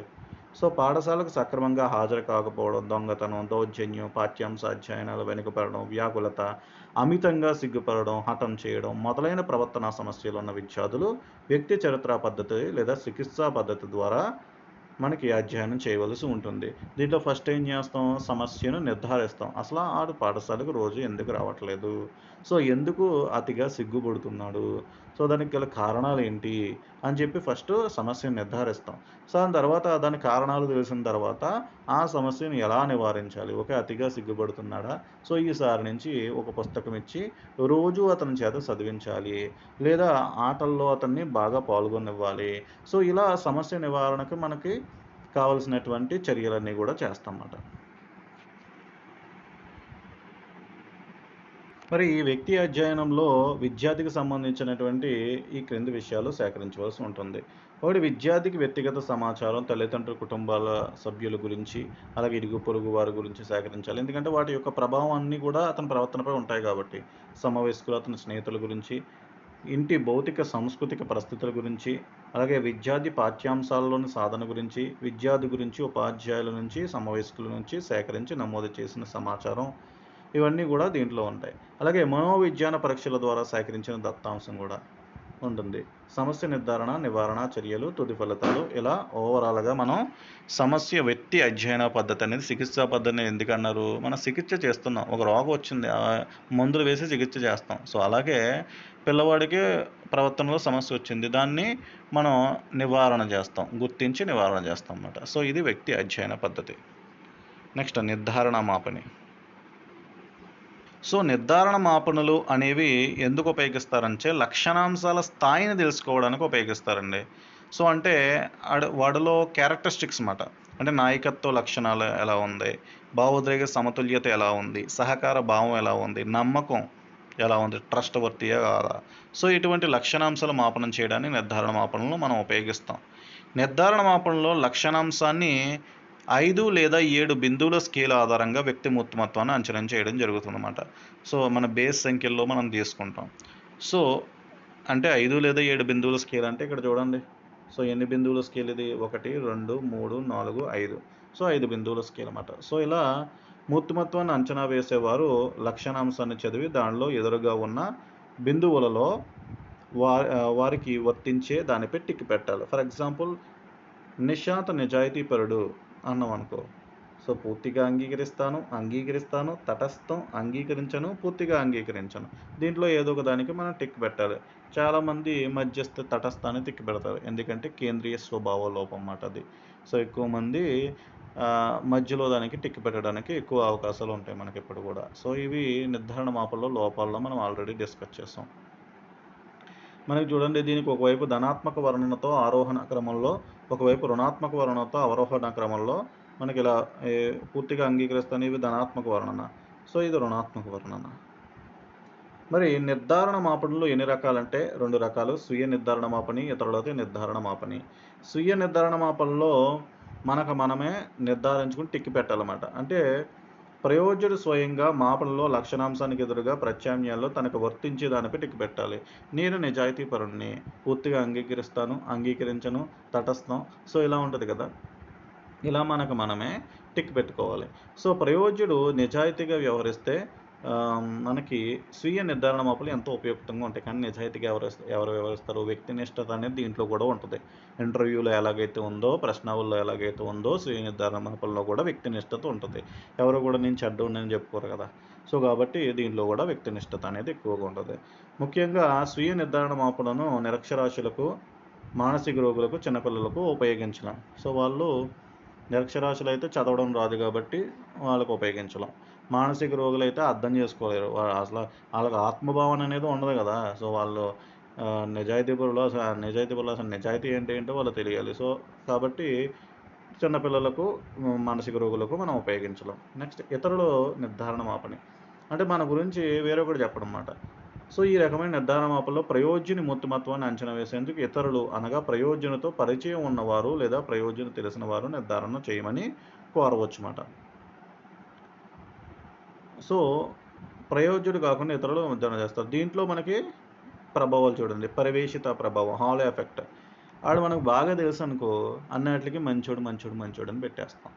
సో, అలాగే ఔదార్య లోపం. సో, ఔదార్య లోపం పాపం అని చెప్పి పాపం చిన్న పిల్లోడు లేకపోతే సో, ఇది అని చెప్పి మనకి మంచిగా చెప్పేస్తాం. అలాగే కేంద్రీయ స్థానపు లోపం. సో, ఏమనుకుంటాడు నేను చెడ్డగా చెప్తే లేకపోతే మంచిగా చెప్తే ఏమనుకుంటాడని చెప్పి మధ్యలో తటస్థంతో పెడతాం. సో, ఇది ఔదార్య మనకి కేంద్ర స్థానపు లోపం అంట. Error due to central tendency అంటనమాట. సో, ఇవన్నీ కూడా మూర్తిమత్తుల్లో సమగ్రంగా మనం డిస్కస్ చేసుకోవడం జరిగింది. మరి వీటిని అధిగమించడానికి మూర్తిమత్తును నిర్ధారణ చేసేటప్పుడు ఒకరికంటే ఎక్కువ మందితో సమాచారం సేకరిస్తారు. సో, అంతే కదా! ఒకళ్ళతో సేకరిస్తే వాళ్ళు ఎక్కువ తటస్థం పెట్టడానికి అవకాశం ఉంది. ఒక 10 మందితో సేకరించామనుకో వాళ్ళు వేరుగా మనకి ప్రతిస్పందించడానికి అవకాశం ఉంటుంది. వాటన్నిటిని స్టాటిస్టిక్స్‌ని ఆధారంగా చేసుకొని క్రోడీకరించడం జరుగుతుంది. ఇతరులు ఎంత బాగా పరిశీలించినప్పటికీ ఒక వ్యక్తి అంతర్గత లక్షణాలు సంపూర్ణంగా తెలుసుకోవడం కష్టం కదా! సో, మన ప్రవర్తనాంశాలు ప్రతీదీ కూడా బయట పెట్టం కదా! కొన్ని లోపలుంటాయి. సో, వాటిని తెలుసుకోవడం కష్టం. సో, మూర్తిమత్వాన్ని నిర్దిష్టంగా మాపనం చేయాలంటే స్వీయ నిర్ధారణ మాపని వలన వచ్చిన ఫలితాలను, అలాగే ఇతరుల నిర్ధారణ మాపన వచ్చిన ఫలితాల మధ్య సహసంబంధం కనుక్కోవడం ద్వారా అంగీకరించడం లేదా తిరస్కరించడం చేయవచ్చు. సో, ఈ నిర్ధారణ మాపనలో ముఖ్యంగా the Vineland social maturity scale, the Fels parent behaviour scale, Wittenborn psychiatric scale, rating scale ఇవన్నీ కూడా మనకి నిర్ధారణ మాపనలో ఎగ్జాంపుల్స్‌గా చెప్పుకోవచ్చు. నెక్స్ట్ యాక్షన్ రీసెర్చ్, చర్యాత్మక పరిశోధన. సో, స్టీఫెన్ ఏ. కోరే కాదు, అది ఎం. కోరే. స్టీఫెన్ ఎం. కోరే ఏమని పేర్కొన్నాడు చర్యాత్మక పరిశోధన గురించి? నిజ జీవితంలో ఎదురయ్యే సమస్యలకు పరిష్కారాలను అన్వేషించే ప్రక్రియనే. మన నిజ జీవితంలో చాలా సమస్యలు ఎదురవుతాయి. వాటిని పరిష్కారాలకు మనకి అన్వేషించే ప్రక్రియనే చర్యాత్మక పరిశోధన అంటాం. ముఖ్యంగా టీచర్స్ ఎక్కువగా ఉపయోగిస్తారు. సో, ఉపాధ్యాయులు బాలలతో అభ్యాసన ప్రక్రియలో పాల్గొన్నప్పుడు వారు బోధన అభ్యాసనలో ఎదురయ్యే సమస్యలు ఉపాధ్యాయులే పరిష్కార మార్గాలను వెతుక్కోవడానికి ఉపయోగించే పద్ధతే యాక్షన్ రీసెర్చ్. మీరు ఆల్రెడీ యాక్షన్ రీసెర్చ్ రికార్డులు లాంటివి రాసొస్తారు మీరు ఆల్రెడీ. సో, మీకు తెలిసే ఉంటుంది. ఏ పరిష్కారాలు లేదా ఆచరణలు మార్చితే మంచిది అనుకుంటారో వాటిని గుర్తించి, అన్వేషించి, ప్రశ్నలను రూపొందించుకుని, వారు అనుకున్న మార్పులను ప్రయోగించి, ఫలితాలను విశ్లేషించి, సమస్యలను పరిష్కరించుకుని క్రియాశీలకమైన పరిశోధనే చర్యాత్మక పరిశోధన అంటాం. సో, ముఖ్యంగా స్టీఫెన్ కెమ్మిస్ అనేటువంటి వ్యక్తి ఏమన్నాడంటే ఏమన్నాడు? చర్యాత్మక పరిశోధన గురించి ముఖ్యాంశాలను క్రింది విధంగా పేర్కొన్నాడండి. ఏంటి? ఉపాధ్యాయుడు తరగతి గదిలో పిల్లలకు బోధన, అభ్యాసన సమయంలో ఎదురయ్యే సమస్యలను ఎందుకు, ఎలా, ఎట్లా, ఏమి, ఎక్కడ అని చర్చించుకుని వాటిపై పరిశోధన జరపాలని పేర్కొన్నాడు స్టీఫెన్ కెమ్మిస్ అనేటువంటి వ్యక్తి. సో, దీంట్లో ముఖ్యంగా పిఏఓఆర్ అనేది మనకు చాలా important. Plan, act, observe, record. ప్రణాళిక, ఆచరణ, పరిశీలన, నమోదు. అంటే సమస్యకు పరిష్కారానికి ఒక ప్లాన్ ఏర్పరచుకోవాలి. ఆ ప్లాన్ని ఎగ్జిక్యూట్ చేయాలి. సో, ఆ ప్లాన్ అమలు చేసేటప్పుడు జరిగే విషయాలను మనం పరిశీలించాలి. సో, పరిశీలించిన విషయాలను నమోదు చేసుకోవాలి. విశ్లేషణతో వ్యాఖ్యానించాలి. రిఫ్లెక్ట్ అవ్వాలి లాస్ట్. సో, అంటే నమోదు చేసుకున్న విషయాలను విశ్లేషించి వ్యాఖ్యానించాలి. సమస్య పరిష్కారం కాకపోతే మళ్ళా ప్లాన్ వేసుకోవాలి, మళ్ళీ యాక్ట్ చేయాలి, మళ్ళీ అబ్జర్వ్ చేయాలి. ఆ యొక్క ఎగ్జిక్యూట్ చేసినప్పుడు మళ్ళీ ఆ యొక్క మార్పులను రికార్డ్ చేసుకోవాలి. దాని గురించి వ్యాఖ్యానించి రిఫ్లెక్ట్ చేయాలి. So, replan, react, reobserve, rerecord, rereflect. So, ఇలా ఉంటుంది. నెక్స్ట్ దీర్ఘకాల మరియు పరిచ్ఛేద ఉపగమాలు. Very important. పిల్లల వికాసాన్ని పరిశీలించడానికి 2 ముఖ్యమైన ఉపగమాలు ఉన్నాయి. అవే దీర్ఘకాల ఉపగమం లేదా అధ్యయనం, పరిచ్ఛేద ఉపగమం లేదా అధ్యయనం. లాంగిట్యూడనల్ అప్రోచ్ లేదా స్టడీస్, క్రాస్ సెక్షనల్ అప్రోచ్ లేదా స్టడీస్. సో దీర్ఘకాల ఉపగమం అధ్యయనం అంటే ఏంటంటే, మీరు నాలెడ్జ్ కన్స్ట్రక్షన్ అనేది బాల్య దశ నుంచి, శైశవ దశ నుంచి మొదలు పెడితే కౌమార దశ వరకు ఎలా జరుగుతుంది అని మీరు తెలుసుకోవాలనుకున్నారు, ప్రయోగం చేయాలనుకున్నారు. మీరు ఏం చేస్తారంటే అప్పుడు హాస్పిటల్కి వెళ్తారు. హాస్పిటల్కి వెళ్ళి అక్కడ అప్పుడే పుట్టినటువంటి శిశువులు ఉంటారు కదా, వాళ్ళ దగ్గరికి వెళ్ళి కూర్చుంటారు. కూర్చుని వాడు ఇంటికి వస్తాడు. ఆ పిల్లవాడు ఇంటికి వస్తాడు. సో ఇంటికి వచ్చి పాకుతాడు, తర్వాత నడుస్తాడు, తర్వాత పరిగెడతాడు, తర్వాత స్కూల్కి వెళ్తాడు, తర్వాత హై స్కూల్కి వెళ్తాడు. సో ఇవన్నీ జరిగేటప్పుడు మీరు ఏం చేస్తారంటే హాస్పిటల్ దగ్గర నుంచి మీరు వాళ్ళ ఇంట్లోనే ఉంటూ, వాడు కౌమార దశకు చేరుకునే వరకు కూడా వాళ్ళ ఇంట్లోనే ఉంటూ, అంటే మీరు వాడిలో నాలెడ్జ్ కన్స్ట్రక్షన్ ఎలా జరుగుతుంది అని తెలియడానికి వాడు పుట్టినప్పటి నుంచి కౌమార దశకు చేరుకునేటువంటి దాదాపు ఒక 15 సంవత్సరాల పాటు వాడుతూనే ఉంటూ మీరు ప్రయోగం చేస్తారన్నమాట. సో అంటే దీర్ఘకాలికంగా మీరు వెచ్చించవలసి ఉంటుంది. కాబట్టి ఇది దీర్ఘకాలిక ఉపగమనం లేదా అధ్యయనం. అలా కాకుండా తెలివైన వారు ఏం చేస్తారంటే, శైశవ దశలో ఒక నాలెడ్జ్ కన్స్ట్రక్షన్ అలా జరిగింది, తర్వాత పూర్వ బాల్య దశలో ఎలా జరిగింది, ఉత్తర బాల్య దశలో ఎలా జరుగుతుంది. సో ఇలా తెలుసుకునేందుకు ఒక్కొక్క పిల్లవాడిని, ఇప్పుడు శైశవ దశలో ఉన్న పిల్లవాడిని పరిశీలిస్తాడు. అట్ ద సేమ్ టైం వేరే ఒక చోటుకు వెళ్ళి పూర్వ బాల్య దశలో ఉన్న పిల్లవాడిని పరిశీలిస్తాడు. నెక్స్ట్ సేమ్ టైం ఉత్తర బాల్య దశలో ఉన్న వేరొక పిల్లవాడిని పరిశీలిస్తాడు. సో అలా అన్ని దశల్లో ఉన్న పిల్లవాళ్ళని తీసుకుని ఏ దశలో ఎలా నాలెడ్జ్ కన్స్ట్రక్షన్ జరుగుతుంది అనేటువంటి విషయాన్ని పరిశీలిస్తాడు. సో ఇది ఏంటంటే ఇది పరిచ్ఛేదన ఉపగమం, పరిచ్ఛేదం చేస్తాడనమాట. సో పరిచ్ఛేదన ఉపగమం. ఓకేనా, అర్థమైందా? సో దీర్ఘకాలిక ఉపగమనం అంటే దీర్ఘకాలికంగా ఒకే వ్యక్తిని లేదా ఒకే సమూహాన్ని పరిశీలించడం. అదే పరిచ్ఛేదనం అంటే స్వల్పకాలంలో అనేక రకాలైనటువంటి వ్యక్తుల నుండి మనకు కావాల్సిన సమాచారాన్ని పొందడం అన్నమాట. సో మరి దీర్ఘకాలిక ఉపగమంలో ప్రయోక్త తాను ప్రత్యక్షైనంగా ఎన్నుకున్న ప్రయోజ్యులను కొంతకాలం పాటు అనేకసార్లు వేరువేరు వయస్సులలో, సన్నివేశాల్లో గమనించి వారి ప్రవర్తనను నమోదు చేస్తాడనమాట. కాల వ్యవధి కొన్ని నెలల నుండి అనేక సంవత్సరాలు, జీవిత పర్యాంతరం కూడా ఉండొచ్చు అన్నమాట ఇది. సో కాబట్టి ఎక్కువ కాలం పడుతుంది. షిర్లే అనేటువంటి శాస్త్రవేత్త 1931లో పిల్లల చలన ప్రజ్ఞ, మూర్తిమత్వ వికాసం అంచనా వేయడానికి దీర్ఘకాల ఉపగమనను అనుసరించాడండి. షిర్లే తన అధ్యయనంలో 25 మంది పిల్లలను వారు పుట్టినప్పటి నుంచి 2 సంవత్సరాల వయసు వరకు అధ్యయనం చేసి చాలక వికాసంలో క్రమాన్ని గుర్తించారండి. పుట్టినప్పటి నుంచి 2 సంవత్సరాల వరకు ఎలా అభివృద్ధి చెందుతున్నారు అనేటువంటి విషయాన్ని షిర్లే గమనించాడు. కాబట్టి ఇది కూడా ఒక దీర్ఘకాలిక ఉపగమనం. నెక్స్ట్ యునెస్కో మనకి యూనివర్సిటీ ఆఫ్ కాలిఫోర్నియా బర్కిలీ వారు 1928లో బర్కిలీ పెరుగుదల అధ్యయనం అనేది చాలా ప్రాచుర్యం పొందినటువంటి దీర్ఘకాల అధ్యయనంలో ఒకటి. వీళ్ళు బర్కిలీ పెరుగుదల అధ్యయనం అనేటువంటి ఒక రీసెర్చ్ మాట.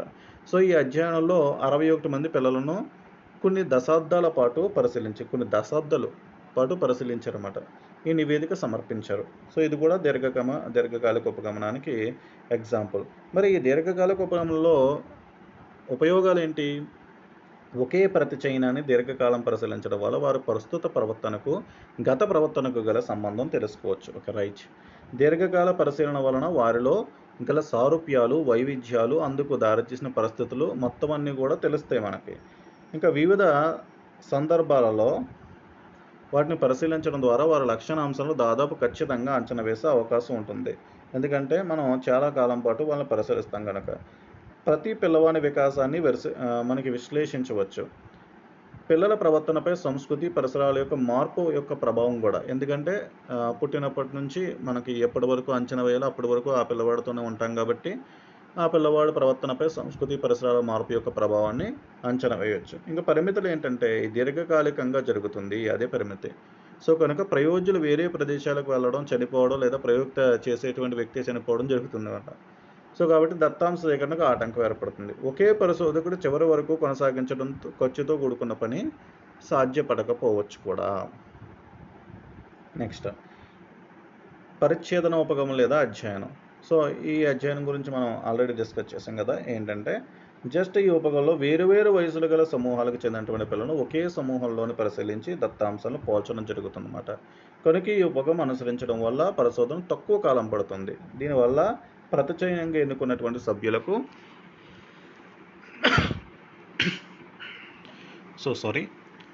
శిశు వికాసానికి చెందినటువంటి చాలా అధ్యాయాలు ఈ ఉపగమనం అనుసరించి జరుగుతాయి. సో, ఫర్ ఎగ్జాంపుల్ ఈ ఉపగంలో 3-6 సంవత్సరాల వయస్సు గల పిల్లల నైతిక వికాసం వివిధ దశలో ఎలా జరుగుతుందో తెలుసుకోవాలనుకోండి. నార్మల్‌గా అయితే ఏం చేస్తారు మీరు?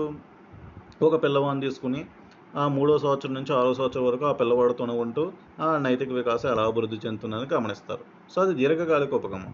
బట్ ఇక్కడ పరిచ్ఛేద ఉపగమంలో ఏంటంటే, మూడో సంవత్సరం పిల్లవాడిని ఒకడిని, నాలుగో సంవత్సరం, ఐదో సంవత్సరం, ఆరో సంవత్సరం. సో, ఇలా వేరు వేరు సంవత్సరాల పిల్లల్ని తీసుకొని వాళ్ళ వయో పరిమితి ఆధారంగా నైతిక వికాసం ఎలా జరుగుతుందనేది చెప్పి ఒకేసారి పరిశీలించేస్తారన్నమాట స్వల్పకాలంలో. కాబట్టి ఇది పరిచ్ఛేద ఉపగమం, క్రాస్ సెక్షనల్ అప్రోచ్ లేదా స్టడీస్ అంటాం. మరి దీని యొక్క ఉపయోగాలు ఏంటంటే అఫ్కోర్స్ తక్కువ సమయం పడుతుంది. ఎన్నుకున్న ప్రయోజనాలు కోల్పోవడం ఉండదు కదా! మనకి ఒకే సమయంలో చేసేస్తాం కాబట్టి ఎవరు చనిపోవడానికి ఆస్కారం ఉండదు. తక్కువ సమయంలో ఎక్కువ విషయాలు సేకరించవచ్చు. దీర్ఘకాల ఉపగమంతో పోలిస్తే ఖర్చు కూడా తక్కువ. నెక్స్ట్ ఒకే పరిశోధకుడు దత్తాంశ సేకరణ చేయవచ్చు. సో, ఒకడే చేయొచ్చు కదా! ఒకేసారి తక్కువ సమయం కాబట్టి చేయొచ్చు. నెక్స్ట్ పరిమితులు ఏంటంటే వివిధ వయస్సుల్లో గల వేరువేరు సమూహాలను పరిశీలించడం వలన పరిశీలనలు అందరికీ వర్తిస్తాయని నిశ్చయంగా చెప్పలేం కదా! సో, ఇప్పుడు ఫర్ ఎగ్జాంపుల్ ఇదివరకు మనం చేసినటువంటి ప్రయోగం ఏంటి? మన నాలెడ్జ్ కన్‌స్ట్రక్షన్‌లో పుట్టినప్పటి నుంచి కౌమార దశ వరకు ఎలా జరుగుతుంది అని చేయడంలో ఒకే వ్యక్తి అనుకో, ఆ వ్యక్తి ప్రజ్ఞా సాధన ఇవన్నీ కూడా ఒకే రకంగా ఉంటాయి. దానివలన పుట్టినప్పటి నుంచి కౌమార దశ వరకు మనం ఈజీగా ఒక పర్ఫెక్ట్ వేలో మనం అధ్యయనం చేయొచ్చు. అలా కాకుండా ఈ పరిచ్ఛేద ఉపగమంలో శైశవ దశలో కొంతమంది పిల్లల్ని, వయోజన దశలో కొంతమంది పిల్లల్ని, సో, ఇలా బాల్య దశలో, ఉత్తర బాల్య దశలో కొంతమంది పిల్లల్ని, ఇలా కొంతమంది పిల్లల్ని తీసుకుంటే వారు వేరు వేరు ప్రజ్ఞా స్థాయిలు కలిగి ఉంటారు. సో, అలాంటప్పుడు మనం మన పరిశోధన కరెక్ట్ అని ఎలా నిర్ణయించగలం? మన నాలెడ్జ్ కన్‌స్ట్రక్షన్ అనేది ఇలాగే జరుగుతుందని మనం ఎలా చెప్పగలం? సో, అది చెప్పలేం గదా! సో, అక్కడ కాబట్టి ఇక్కడ నిశ్చయంగా చెప్పలేం. కాలంతో పాటు వచ్చే పరిసర సంస్కృతి కారకాలను పరిగణించడం కుదరదు. ఎందుకంటే స్వల్ప కాలంలో చేస్తాం కాబట్టి, మన కాలం మార్చినప్పుడు ఎలా మారుతుంది అనేటువంటి విషయాన్ని కూడా మనం గమనించలేం ఇక్కడ. సో, ఇది మనకి ఫస్ట్ లెసన్‌లో మొత్తం మీద మనం డిస్కస్ చేసుకున్నటువంటి పాయింట్స్ అండి. సో, దీంతో మనకి ఈ యొక్క డీఎల్ఎడ్ టెక్స్ట్ బుక్ ఏదైతే మనం మొదలుపెట్టామో ఆగస్ట్ 1 మొదలుపెట్టాం మనం. సో, ఈరోజు అక్టోబర్ 2. సో, మొత్తం టోటల్‌గా ఆ టెక్స్ట్ బుక్ మొత్తం కూడా కంప్లీట్ అయింది. సో, రేపు అక్టోబర్ 3 నుంచి టెట్ ఎగ్జామ్స్ కాబట్టి, సో, మీరందరూ కూడా బాగా రాయాలని కోరుకుంటున్నా. Thank you.